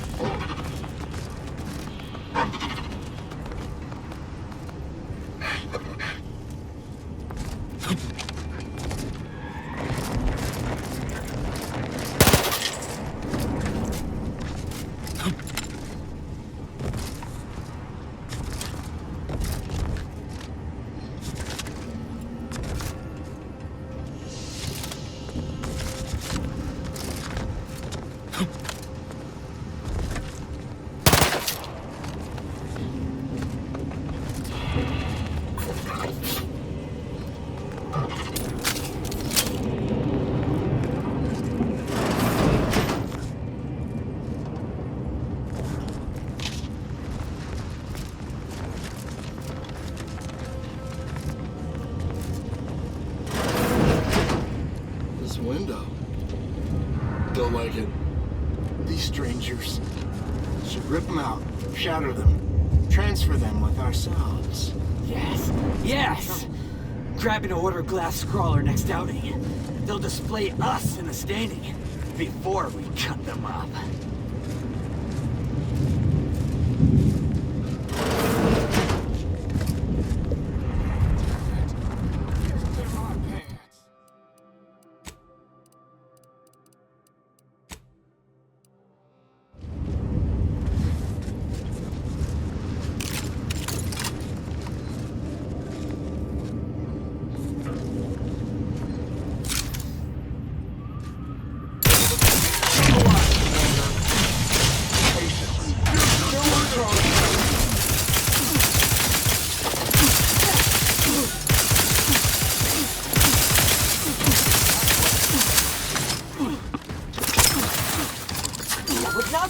Medical support!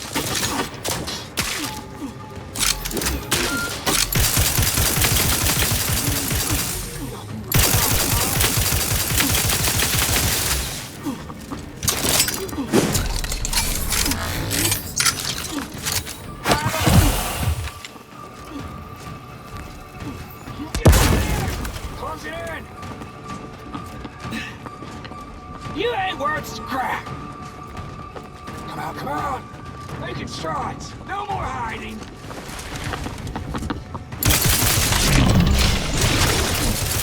Oh, blast, dude! They owed me 5 stills! Now where are they? Thank you. I'm ready. Got my time?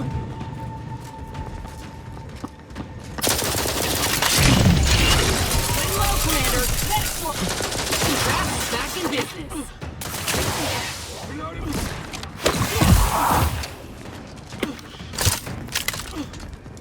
Go for torpification. Commander, you're bleeding!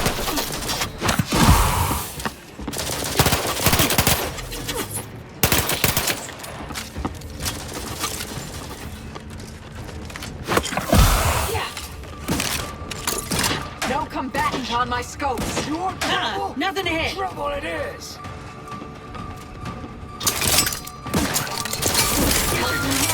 Fight on my feet. Not exactly up for that right now.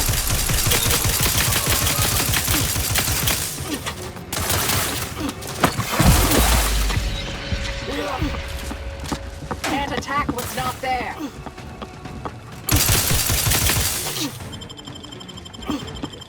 Back in it.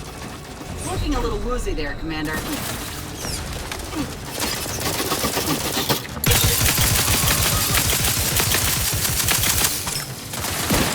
Medic, please! There's scrap!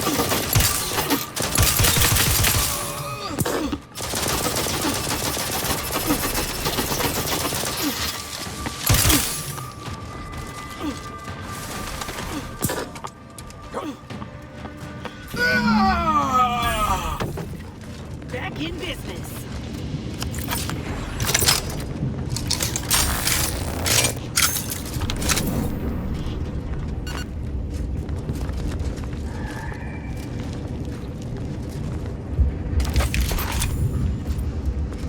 When I first joined up with you, I figured Milver Street and Carr knew you'd do a good turn for our folk eventually. Thought if I tagged along, it'd be good for my resume or some such. And it seems all of us were right. That relay ain't a threat anymore. But one thing I couldn't quite figure out all this time is what you were getting out of helping us.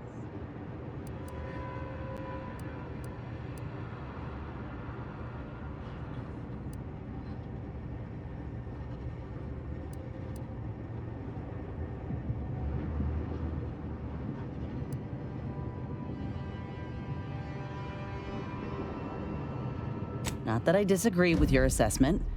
But I find it mighty interesting that you think you got the authority to supersede them altogether.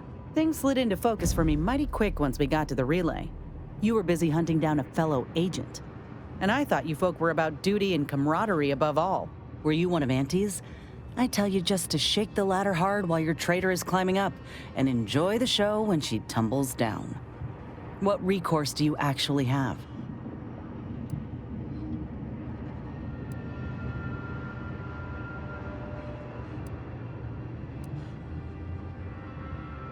Ain't that the truth? Though it says a lot that you don't have faith in your own institution to see justice done. Ain't had many dealings with the Earth Directorate. You and Ibarra are the first agents I ever met, in fact. But you get things done. I trust you. As for Ibarra, verdict's still out. He insults Auntie's choice a mite too much for my liking. But that's the Earth Directorate's company policy, ain't it?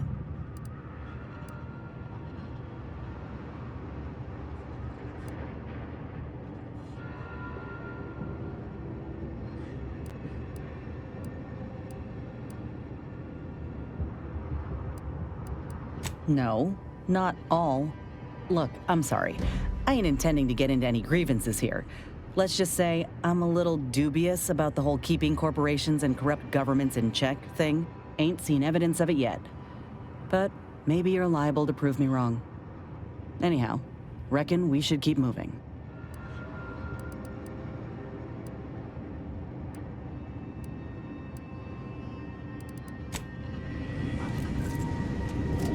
So, Abbot Newell sent you to my manufactory to lower tensions with Auntie's choice, I take it. Have you tried talking with them directly?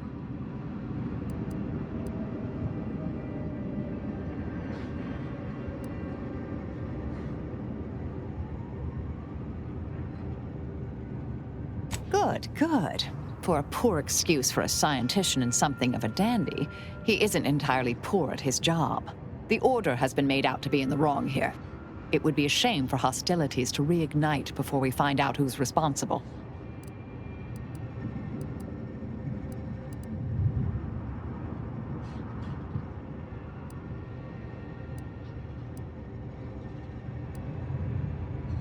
Do you now? Let's hear it.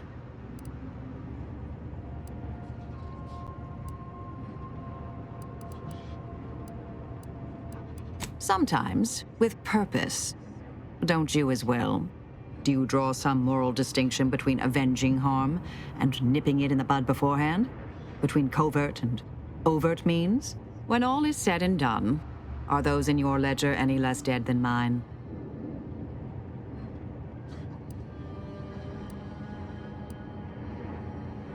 That so? Hadn't thought you'd felt that way.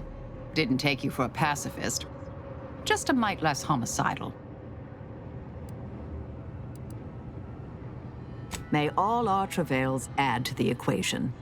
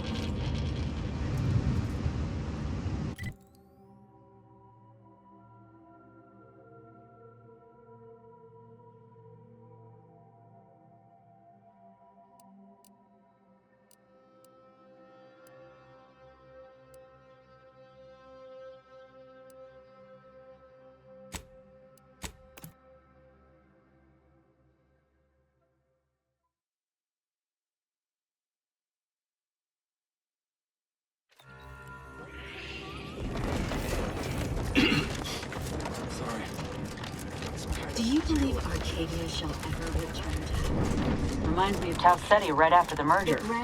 Had to wait for my number to be called just to get rations and a cot. We can predict. Hope these folk don't have to wait as long.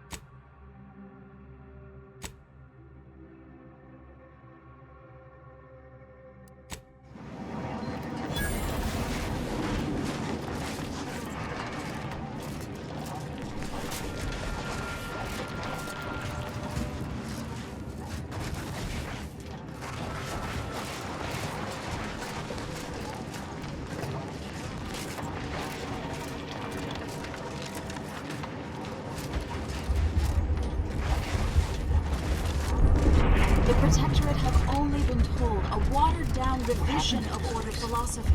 Law.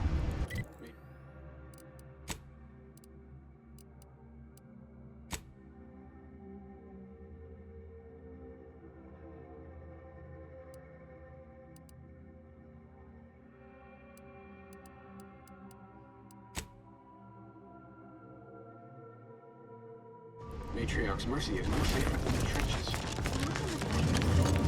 Thanks to you, our automechanical doctor has been dispensing medication and setting broken limbs with tireless efficiency. Take this. On behalf of the Order and the displaced, I thank you. Now, will there be anything else?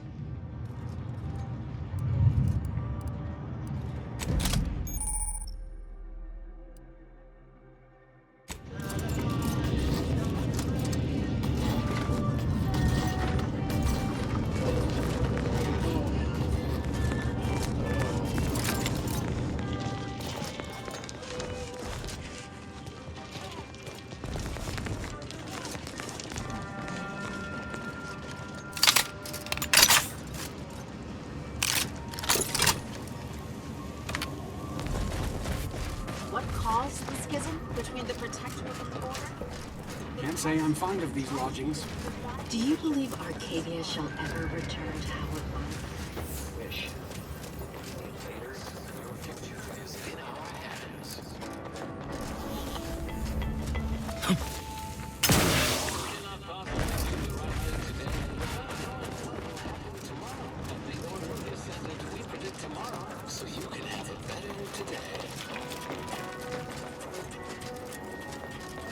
Stranger. The Order bids you welcome, but also warnings.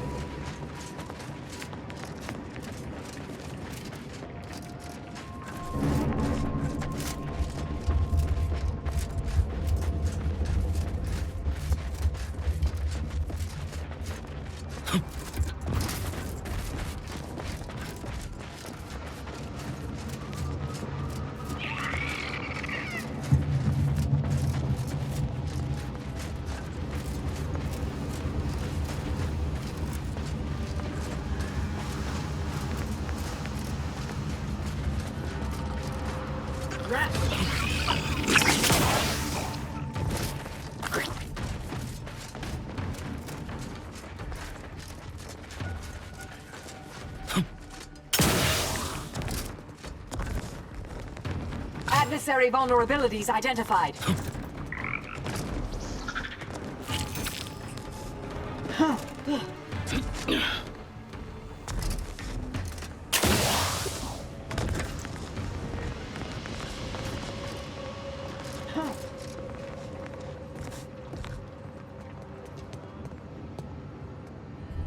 That's one way to become the center of attention.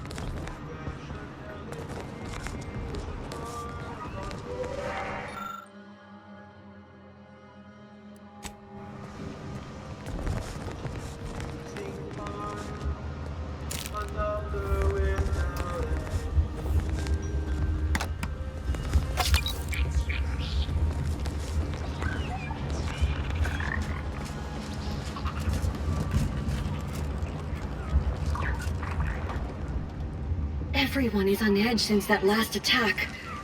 Honestly, the quiet has made reading far more enjoyable and increased the speed of my literary consumption by 14%.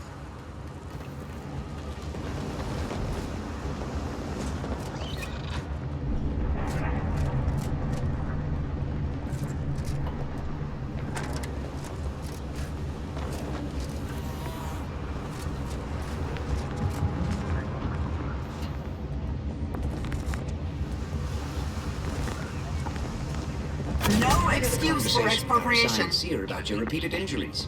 He suspects. Internal records classify you a figure of ill repute, and with a significant backlog of fines. Allow me, child. I have a familiarity with order procedures. Such an unproductive misuse of time. I request we dispense with this matter in the interests of the equation and all who serve it. But Yes, quite right. The equation must take precedence. All charges shall hereby be purged from you and your companion's permanent record, to avoid further distraction. Glad my decades wasted outwitting petty bureaucrats weren't utterly in vain. But let's not overplay that option.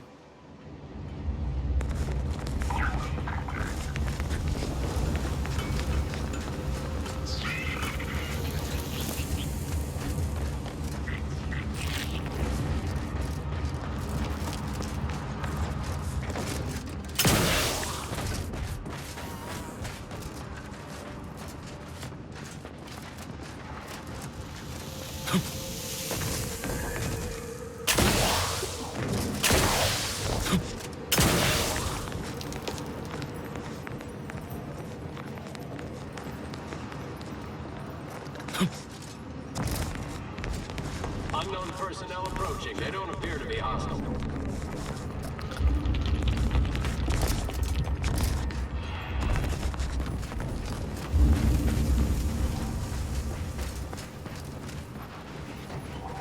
Looks like a fight!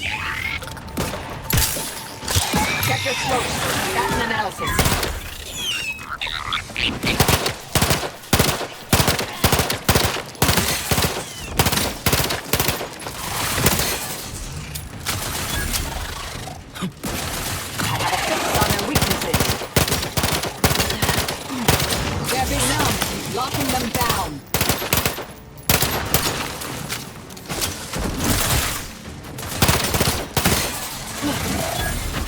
Target analyzed. Lay down fire.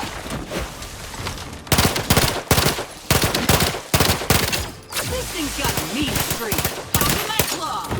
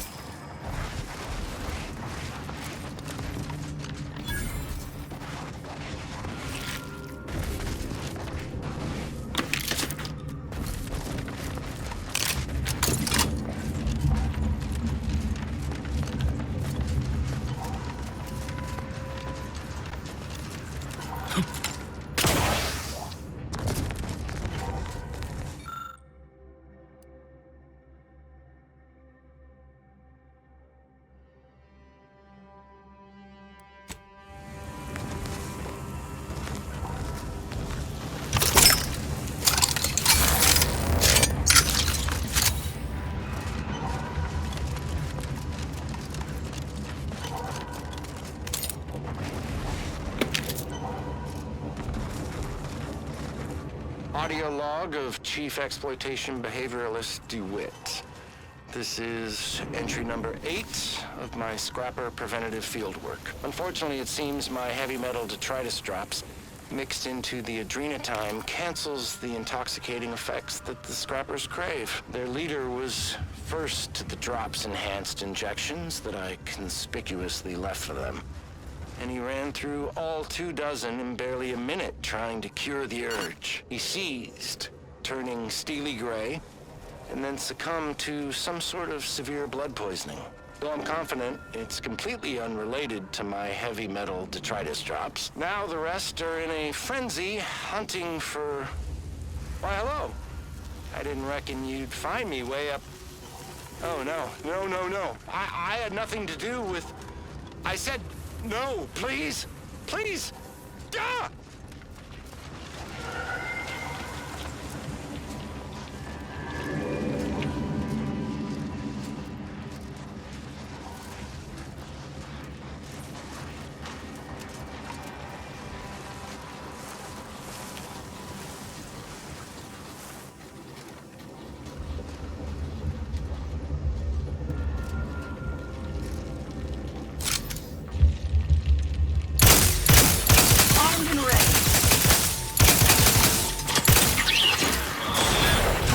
Scan.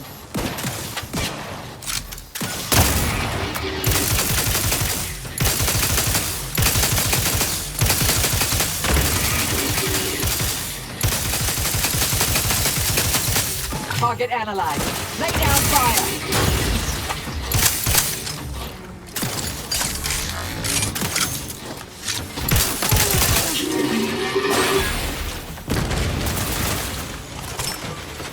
Combatant scan. Stun weapon ready, Commander.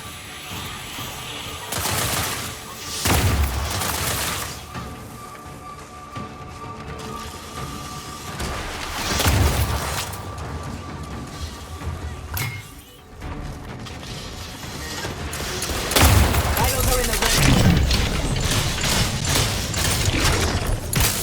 Raring to go.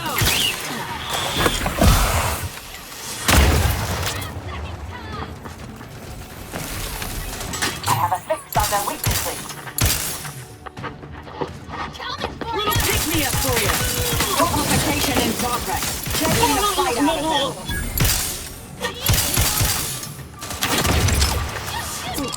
Adversary vulnerabilities identified. Anyone else here, medic?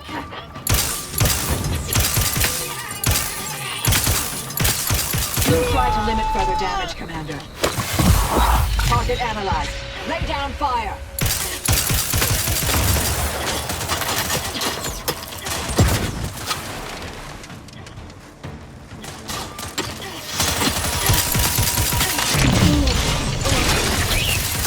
Combatant stand.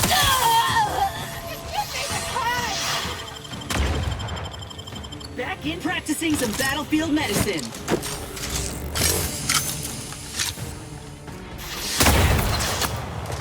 Check your scopes for combatant analysis.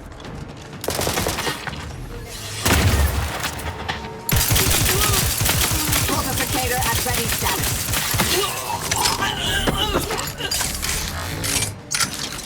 Adversary vulnerability.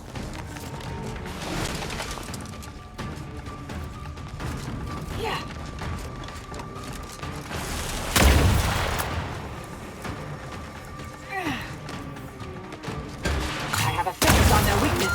Reviving me is...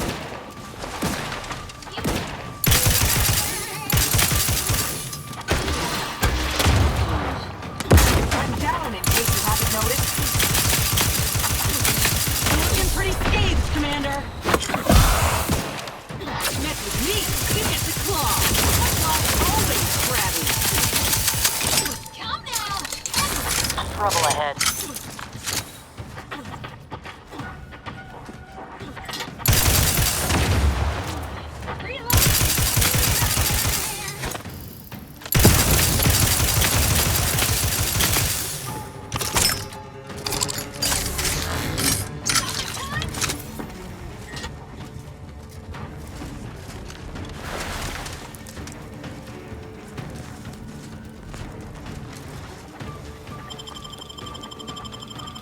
Thank you, dear. Adversary vulnerabilities identified.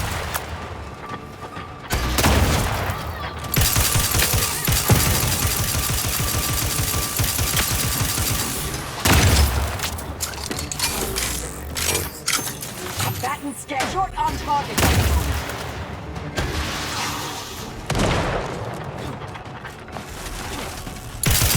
Back in business. Target analyzed. fire! Whom exactly?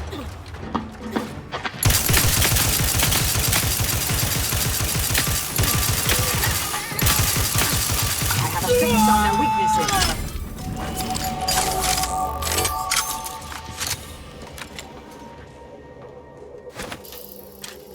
It's a brawl! I'm wet! No!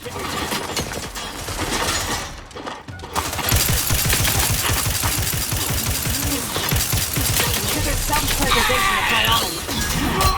Eliminate the brainer! Use your scopes for combatant. Doesn't sense target.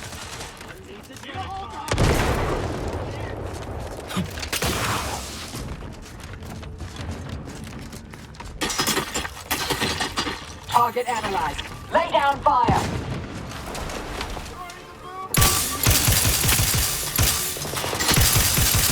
Not exactly up for that right now.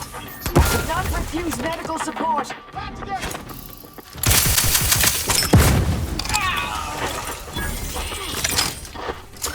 Enough of your dilly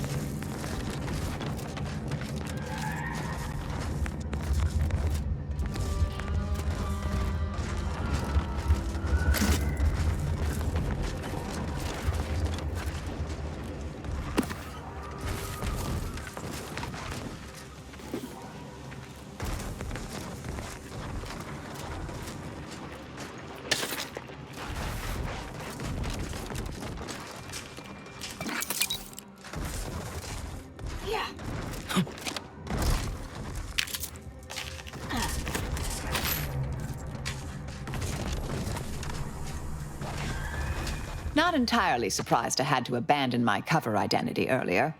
Knew there was a risk if I took action, but when the attack on the outpost opportunity occurred, I had no choice. I do so hope you'll forgive my thoroughly convincing deception, dear.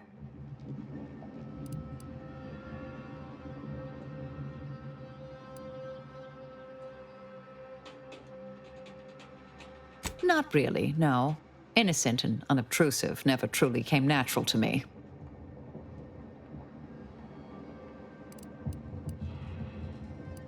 May all our endeavors yield expected results.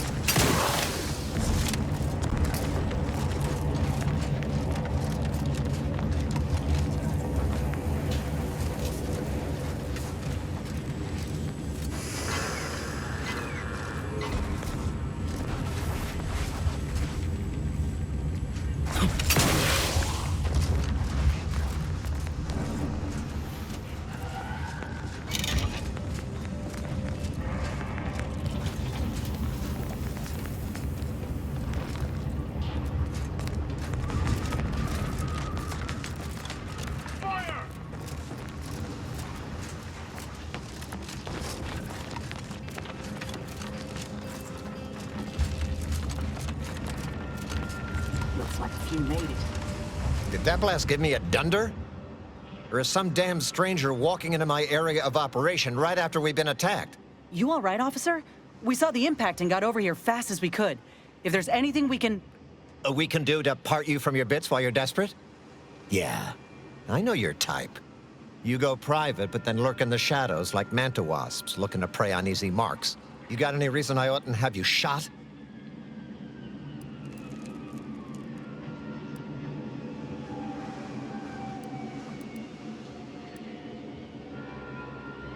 Yeah? And what exactly makes you so sure of that?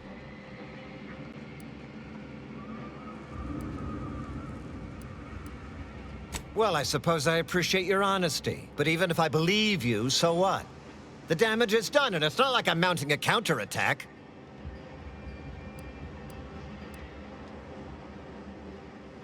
Seriously? You expecting me to ring up Auntie and tell her, "Hello, Maven of all marketing. Just letting you know that this scrutinization officer says everything's hunky-dory. You've clearly been out in the Dorado sun for too long."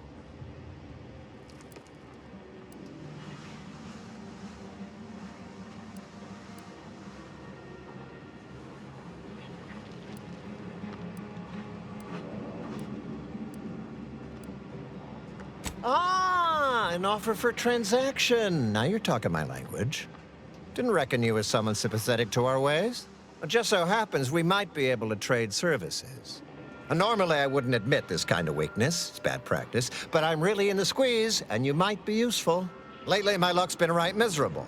I got enemy sneak attacks. I got grunts murdering each other. I got unsanctioned power struggles. And it all risks reflecting badly on me.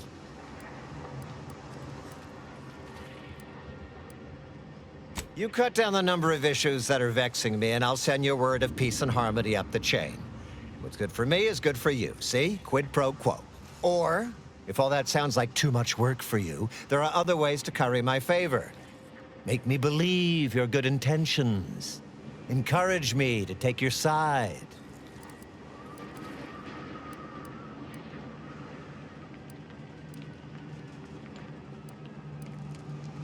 That bomb that hit us, it was filled with uranium. So not only did it kill us the good old-fashioned way, it also caused serious poisoning. My contract medicalist over there is literally up to her elbows in it, her hourly rate is ridiculous, and our damn autodocs have gone on the fritz from the workload. You get her the compression coil she needs to make the autodocs work, and that should cut her billable hours in half, and then I'll send your message.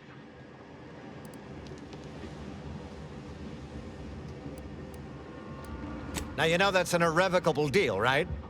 As in, please remember it's legally binding, and I will sue you if you fail to get it done. So don't let either of us down.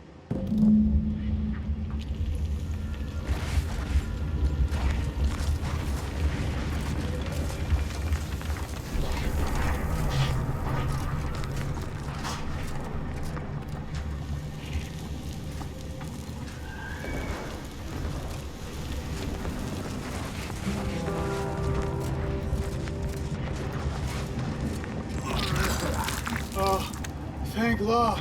It's Barnabas, the worst. Barnabas, I need you to go get help, buddy. I think I might be hallucinating. What in the scrupulous name of profitable deductibles do you think you're doing? Just who are you, and why are you walking through my triage?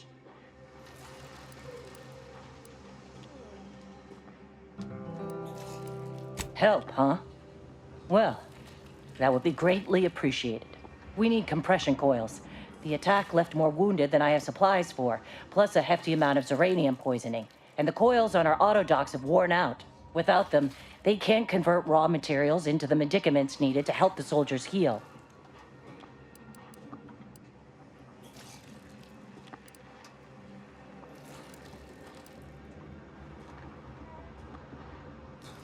How fortuitous. This feels like my first bit of luck in ages. It's a start. Thank you. Please, come back when you found more. I know I'm not responsible for this, but still feel accountable somehow. I'm all for helping. Please tell me there's a damn good reason you're back.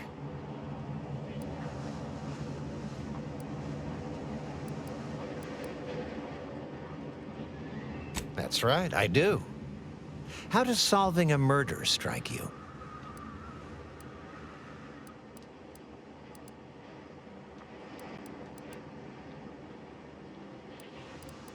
There's been a murder at one of our forts.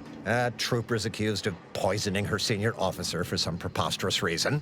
Problem is, I'm already short on medical specialists. The last thing I can do is waste one for days just to find out if she did or didn't toxify him. Go find out who done it, and I'll send the message you're asking for.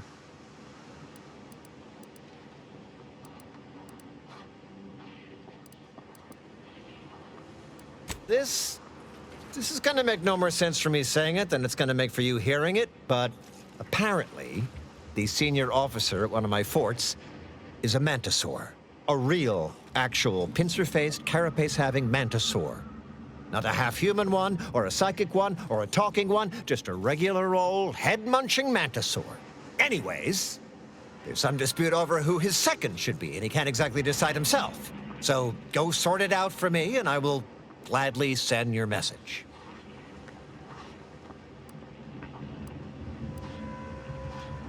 Now, you know that's an irrevocable deal, right? As in, please remember it's legally binding, and I will sue you if you fail to get it done. So don't let either of us down.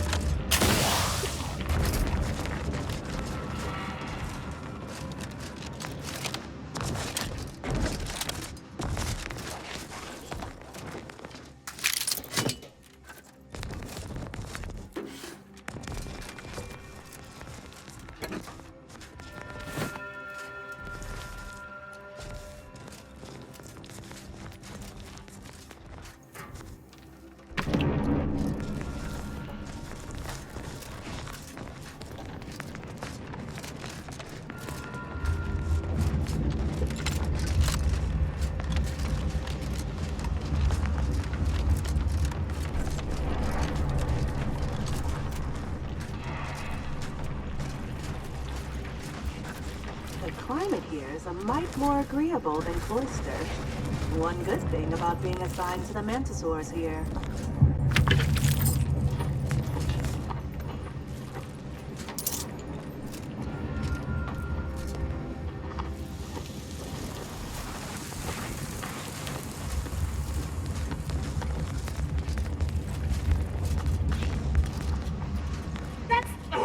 No! Halt! Do attack 2! Attack 2!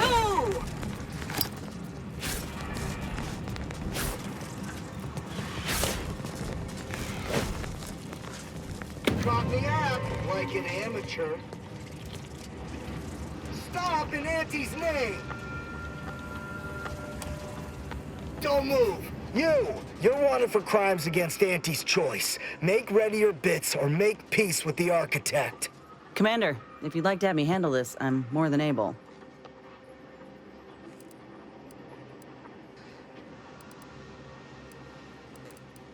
We've got the executive blessing to do company business as we see fit. You don't want to contradict Auntie herself, do you?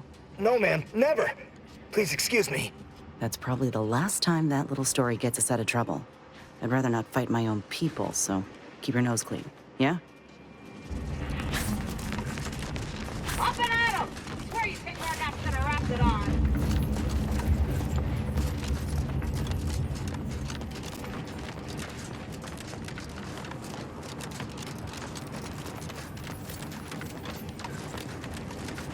Can't say I was expecting to see anyone else in these parts for a good long while. Hello, friend.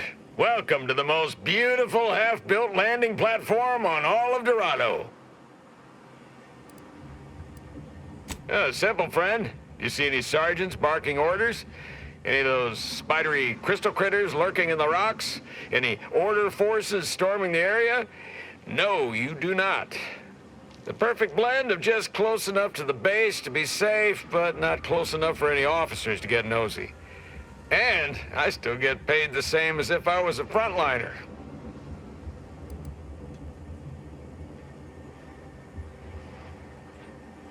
You've got me there.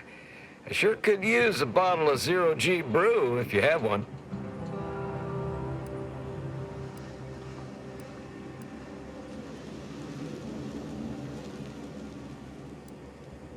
Oh, well, not likely to die of thirst before my shift is over. Would have been nice, though.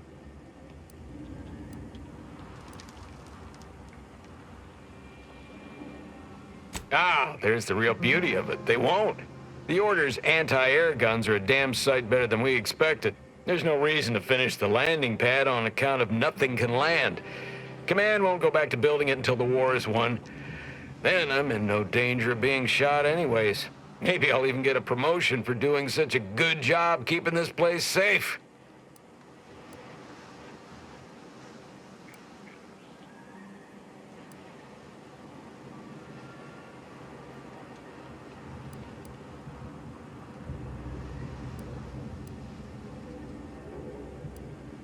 The Order gave us permission to keep a single emergency medical evacuation ship nearby. Would have really helped the troopers stationed in the outposts that just got wiped out.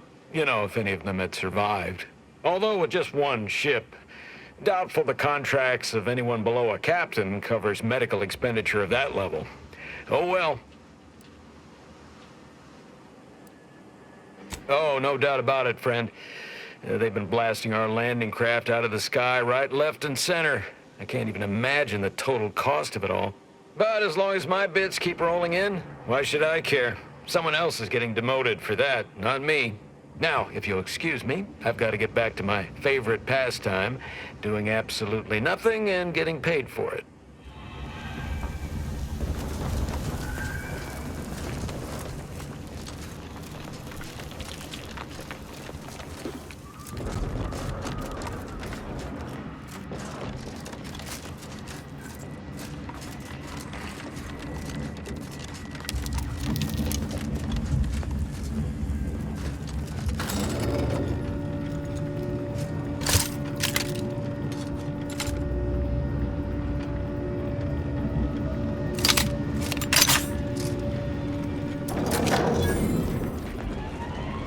Thank law, Fort Endurance still stands.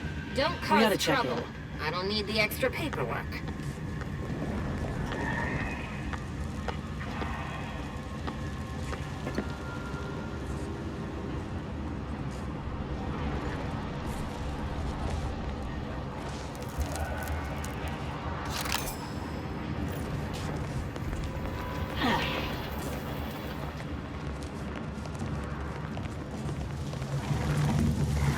Oh, yes, that's a milestone worth noting. Well, what have we here? You couldn't look less Auntie's choice if you tried. So what are you doing in our fort?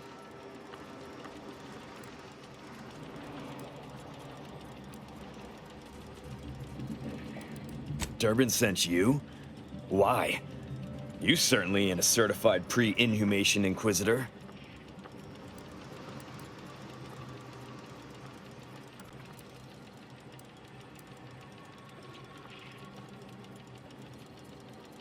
Oh, lovely. And just what is it you think you can do for me? You ain't even carrying a masticating tissue scrutinator. You just gonna guess what manner of poison killed folk?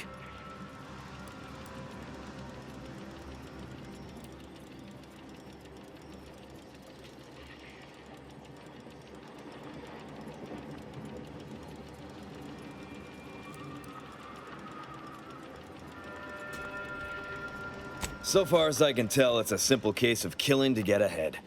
Chief Cuddy and Trooper Bardot were sharing a table for supper. There was nothing wrong with the food. The whole fort ate the same thing. And 10 minutes later, Cuddy was bloated, discolored, and looking all to law like he'd been poisoned. There are no other suspects, just Bardot. She swears she's innocent, but they always say that. And I can't possibly figure how that could be.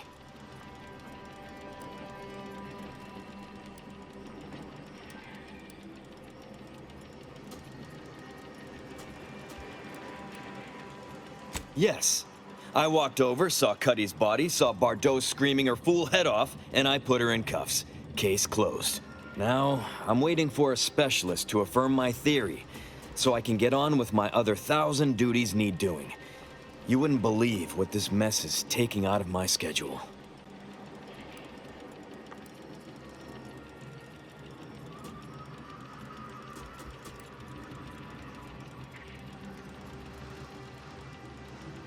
You're welcome to try, but I can't figure what good you'll do. I guess it's possible you could make Bardot confess, but I'm not going to be holding my breath. Honestly, anything that keeps you busy and out of my hair is fine by me.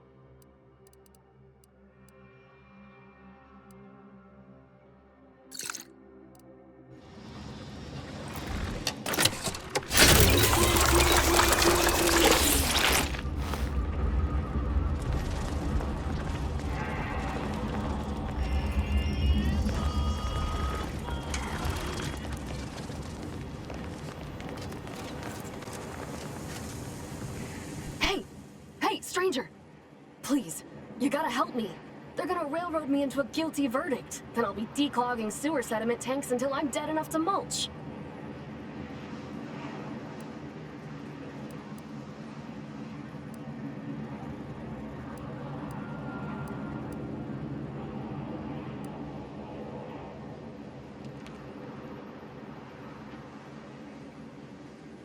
Durbin! Oh, that's great! He's bound to see the truth of this and let me go. Abner's trying to pin this on me, and it ain't right.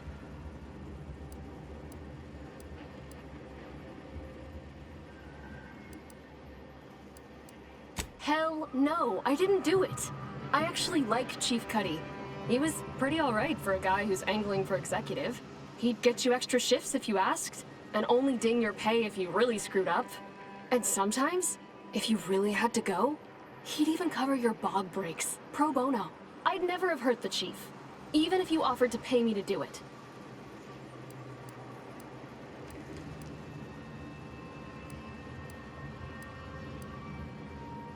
I don't think nobody killed Cuddy. I was there. That's why they think I did it. And he was fine.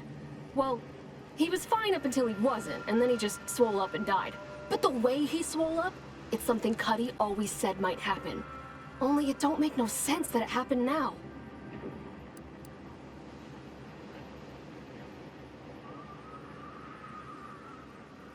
I know, everyone keeps saying so, but I don't know what else to do. I've got no motive, I ain't gaining nothing, and I've answered all their questions.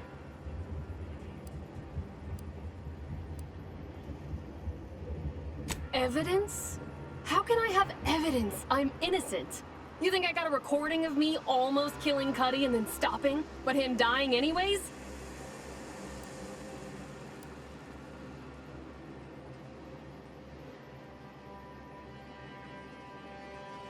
We were eating chow at our post. Cuddy asked me to try his because it tasted funny, but I tried it and it was fine, just like mine. Then he just swole up, turned blue, and died. I made a ruckus, which called everyone in, and all they saw was him dead and me fine. So Security Officer Abner charged me with murder and threw me in here.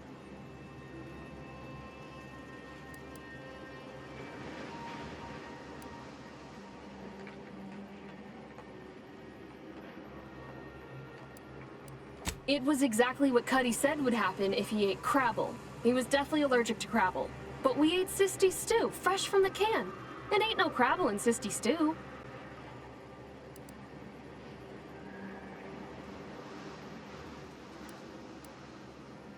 I don't have to. Cuddy told him himself. He told absolutely everybody, repeatedly, over and over, constantly. Nobody would have served him crabble knowing that. But that's still gotta be how he died. So, I need you to talk to Security Officer Abner, remind him of the allergy, and let him toss all my gear. He won't find crabble anywhere.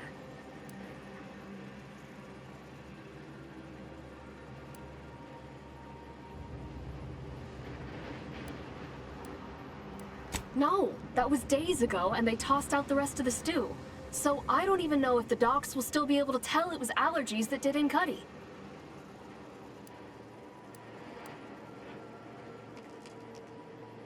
He will. He has to. It's the truth. I didn't murder nobody. Please, make him understand.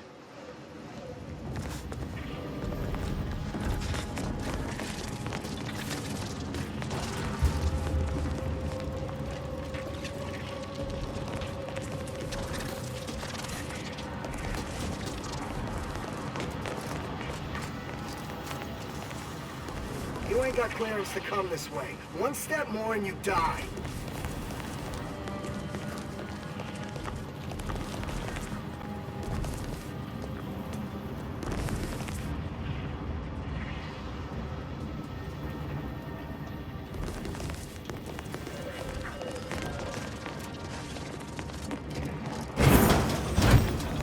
Hey, damage-prone daredevil. You're getting battered and bruised, brutally battling anti-enemy.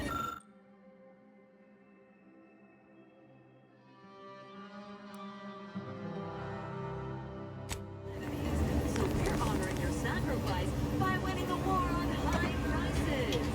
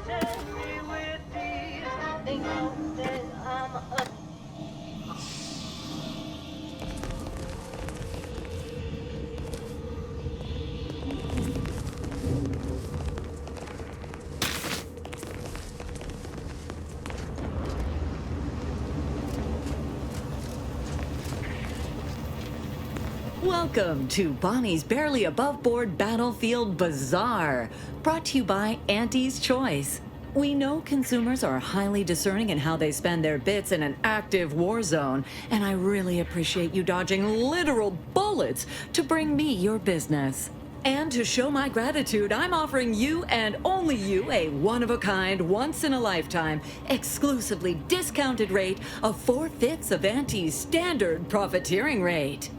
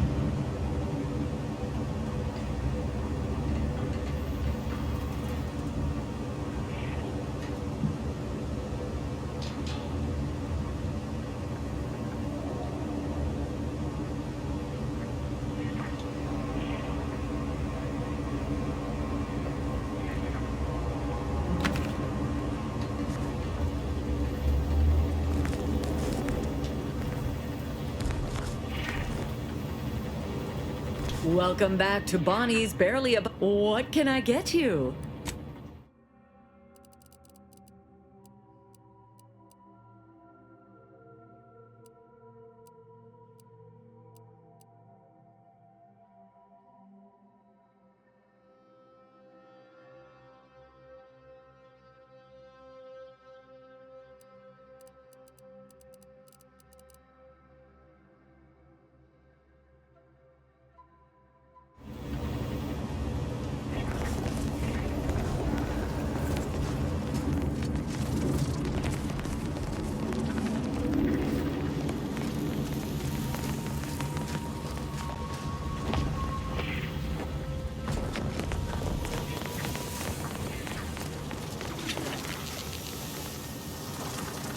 Yes?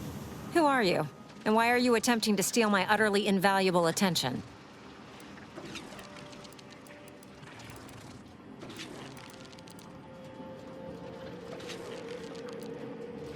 Murder? Oh, right. One of the enlisted killed their superior, or something. She's in that cage over there, and Security Officer Abner is in charge of the investigation.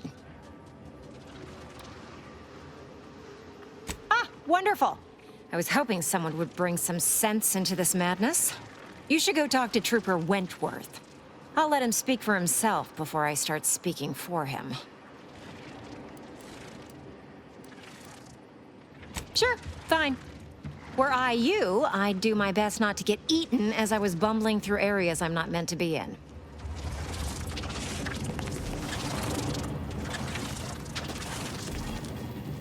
Yes. I hope you're not here to apply for employment. I'm already overwhelmed by the sheer volume of peons I'm forced to oversee. And if you're here as a spy, know that the temporary ceasefire is on tenuous footing. So if you stay, it's likely just a matter of time before I'll be stringing you up.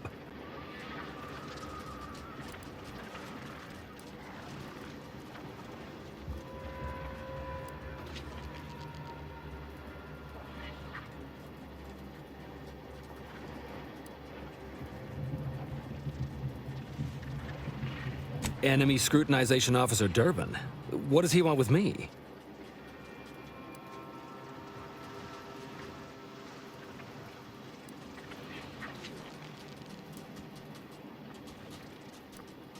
Power struggle? Here?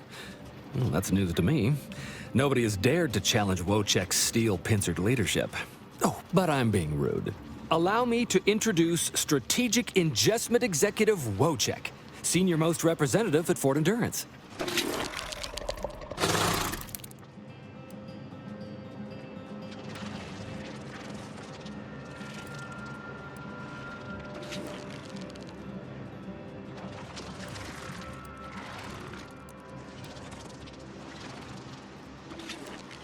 Now you're starting to sound like some of the wagabouts I've got under my command.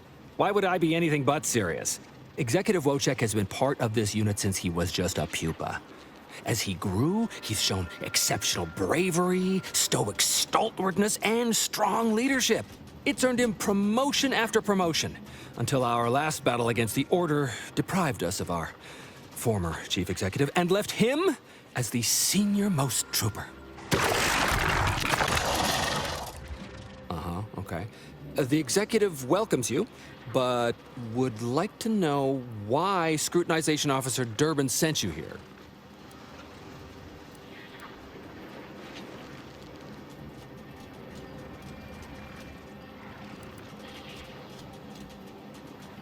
There's no dispute.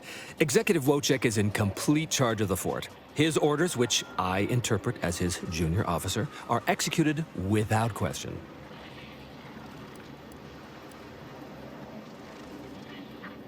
My experimental mantisaur graft lets me speak with him as easily as I do with you. He emits pheromones that my antenna can detect. He wouldn't be much of a commander if he couldn't communicate with the troops. Hey, Commander. It's my professional opinion that we should back away slowly. This guy's craft is either messing with his gray matter, or he's messing with us.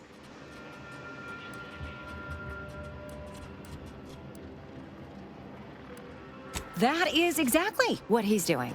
Designer Bradford, you've been warned about disrespecting the chain of command. And you've been reminded, repeatedly, that I'm not under your chain of command. I'm technically under the Mantisaur, but that's got nothing to do with you. I just wanted to make it clear to our newcomer that you are full of shit. You've always been full of shit, and you will always be full of shit. So you're best ignored entirely. That is quite enough, Designer.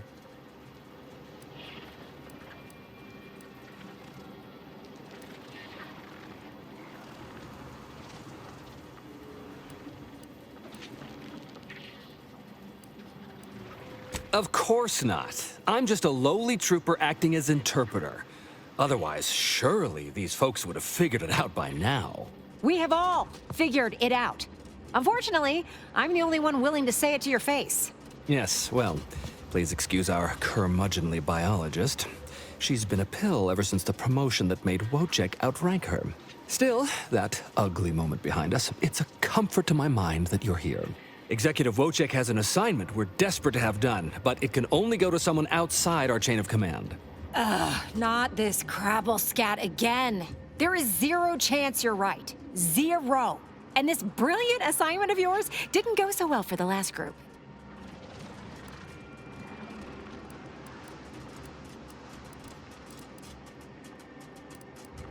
No, it's fine. Ignore her.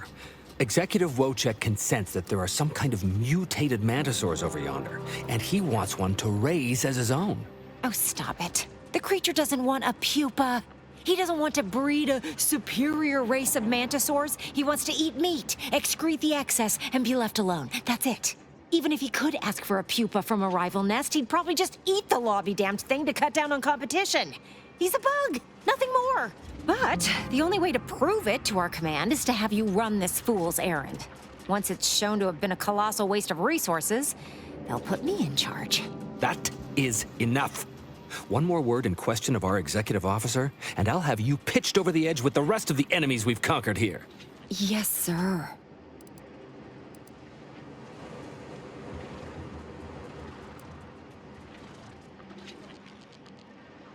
We need you to infiltrate the mutated mantisaur nest, secure a mutated pupa, and bring it to me here.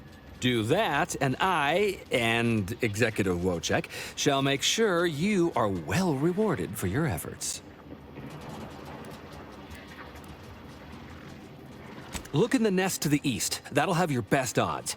It's where Wojciech feels the pull from the strongest. Feels a pull, Wentworth? Seriously? What am I saying? That makes the exact amount of scientific sense I'd expect from you. Excuse me? May we speak a second? Apologies for my outburst, but I had need to warn you that an earful from Wentworth is akin to sucking on an inhaler full of ammonia. Hey, what are you two talking about? Nothing of your concern, Wentworth! Just ignore him. He was clever enough to pretend that graft lets him talk with the beast. So overnight, he upstarted from simple trooper to de facto commander of this installation. You know it's impolite to whisper, right? But I've studied him extensively, and it is most assuredly nothing but a play for power.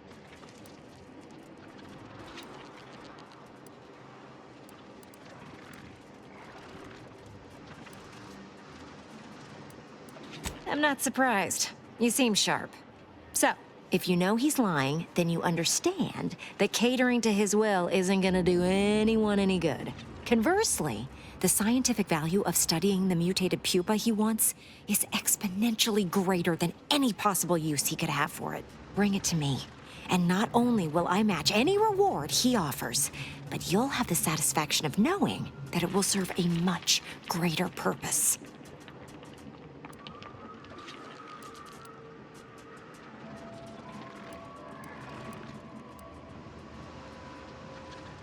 Wonderful! Scientific discovery awaits your return. We're not going to tell anyone about this, yes? Ever?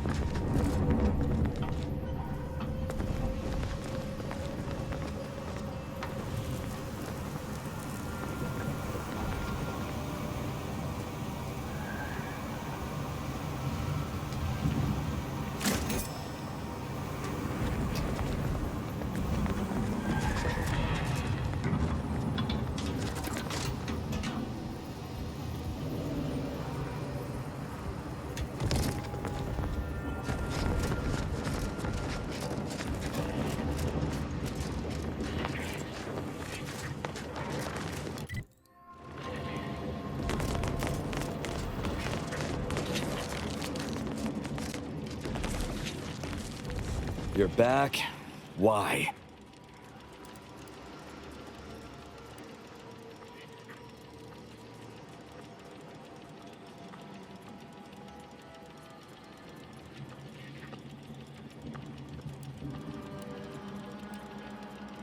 Of course that's what she's gonna say. Do you think everyone nabbed for a crime just confesses?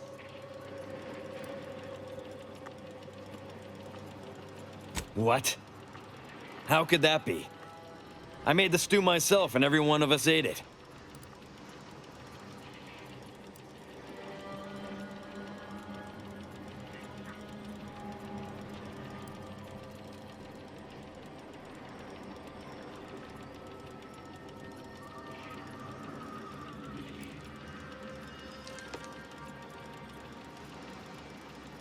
What?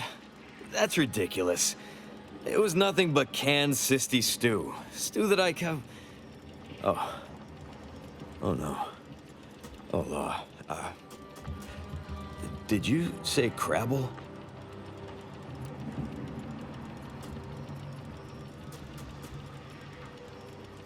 Well, he told everyone that. But that ain't exactly the same as it actually being true. See, Cuddy was what you'd call a complainer. He complained about the food. He complained about the weather. He complained about his bunk. He complained about everything. He's also somebody's nephew. Some junior executive. And if you gave him reason enough to complain about you, he'd take it up with his uncle, and it'd come back down in your head.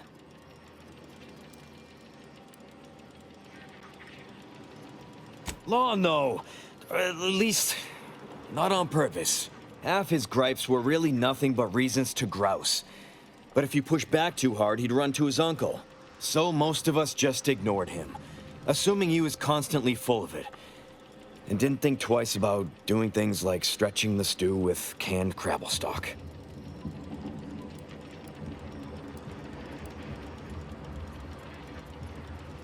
What? No, it was an accident. Nobody would have, at least nobody'd mean to. Law, his uncle is gonna see me transferred to mid-operation engine cleaning on the claim. Unless... Hey, how'd you like to make some bits? Some real bits? And keep a tragic accident that'll lead to the end of a promising career. Total secret. Well, no. Not yet you haven't. See, I can't just let Bardot go. There'd be questions, accusations, and assumptions as to who was responsible, and that's no kind of solution. And even worse, since there's apparently nobody coming to do an autopsy, I might have to just send Bardot to the claim to start her sentence on all available evidence.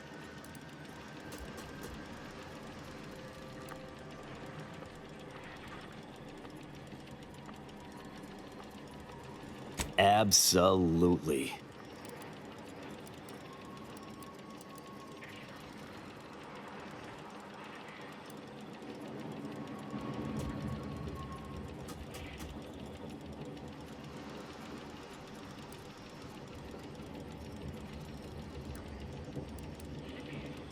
Come on now. You need to reconsider. I'm offering you good bits for easy work. You'll also be saving at least one life from the toils of endless labor.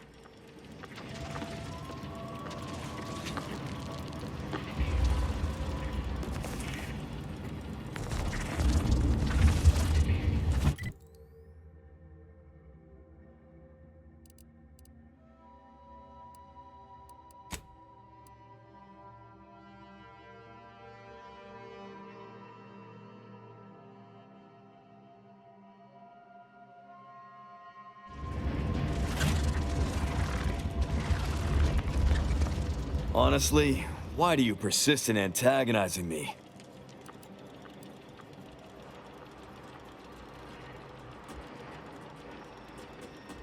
Thank law. I was genuinely concerned I'd have to sort this out on my own, but I'd much rather pay you and drop the charges against Bardot instead.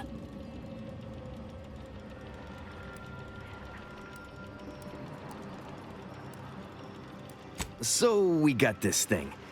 An acidic dematerializer that we use to melt mantisaur dung, so it don't call in the local wildlife. But it'll actually work on anything. That means if someone used it to melt Cuddy, there would be no body, which would mean no autopsy, which would mean no evidence, which would end the investigation. I'd do it myself, but my boss said she's on her way for a surprise inspection, so I can't leave. But if you go find one and melt the body, I'll make it worth your while.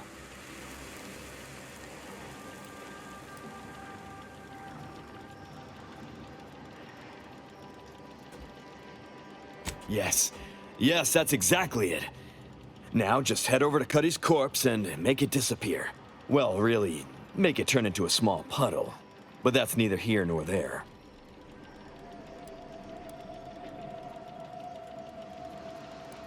Thank law. You'll find Cuddy inside the tower, but you'll have to sneak your way past the guards.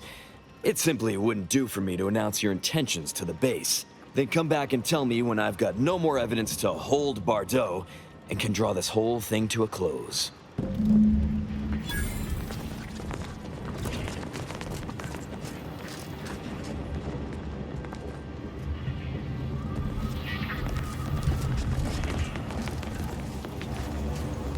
You, the getting go-getter.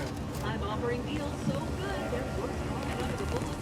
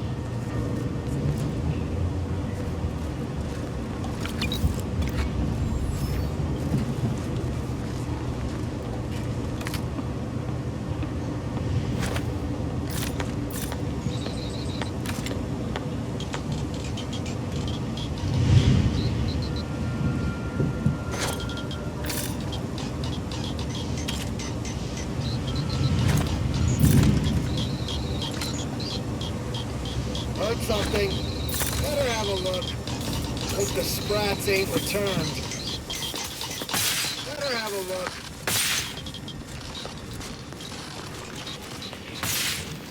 Can't get to whatever device is making those noises. Anyone else? I've been told Chief Cuddy's corpse has gone missing. Which is a surprise to both of us, I'm sure. Thank you for your help. You've saved 2 careers today and allowed us to put this whole miserable affair behind us.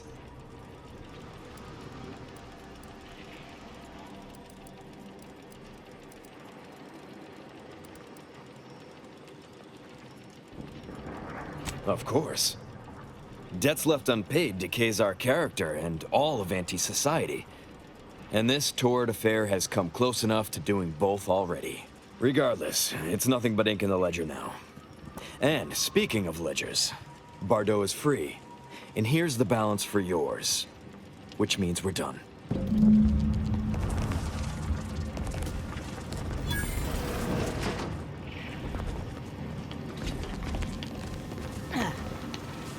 You did it!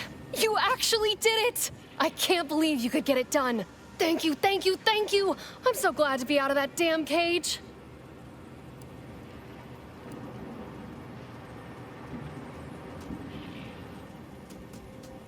I wish I had bits for you, but I'm still in debt from this uniform, and meals, and the incarceration fee they charged me for being locked up. But I'm telling everyone what you did.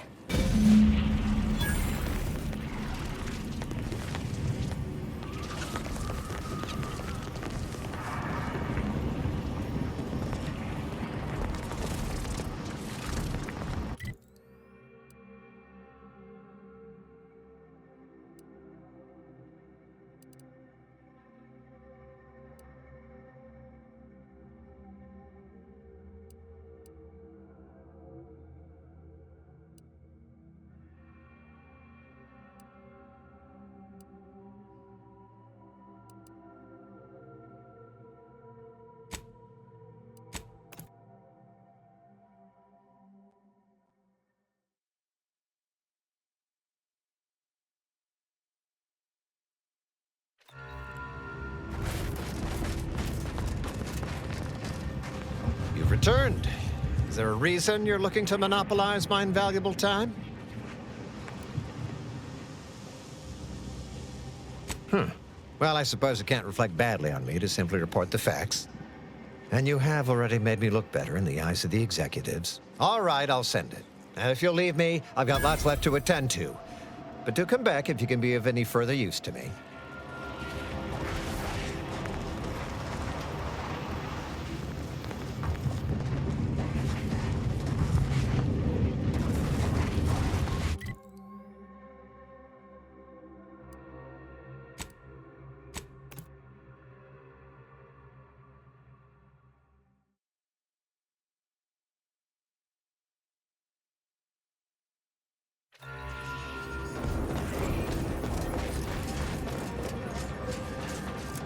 believe Arcadia shall ever return to how it was?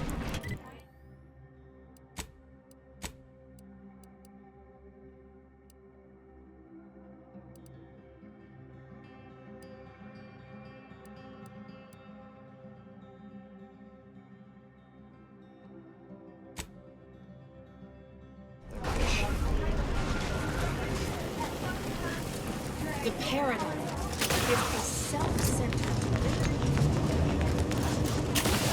Have you beheld that new rifle up at the monastery?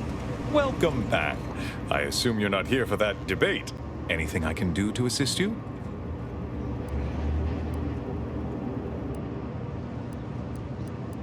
Yes, what have you discovered? Oh, you've lessened the load on my mind considerably. And you have the Order's gratitude. Any other updates?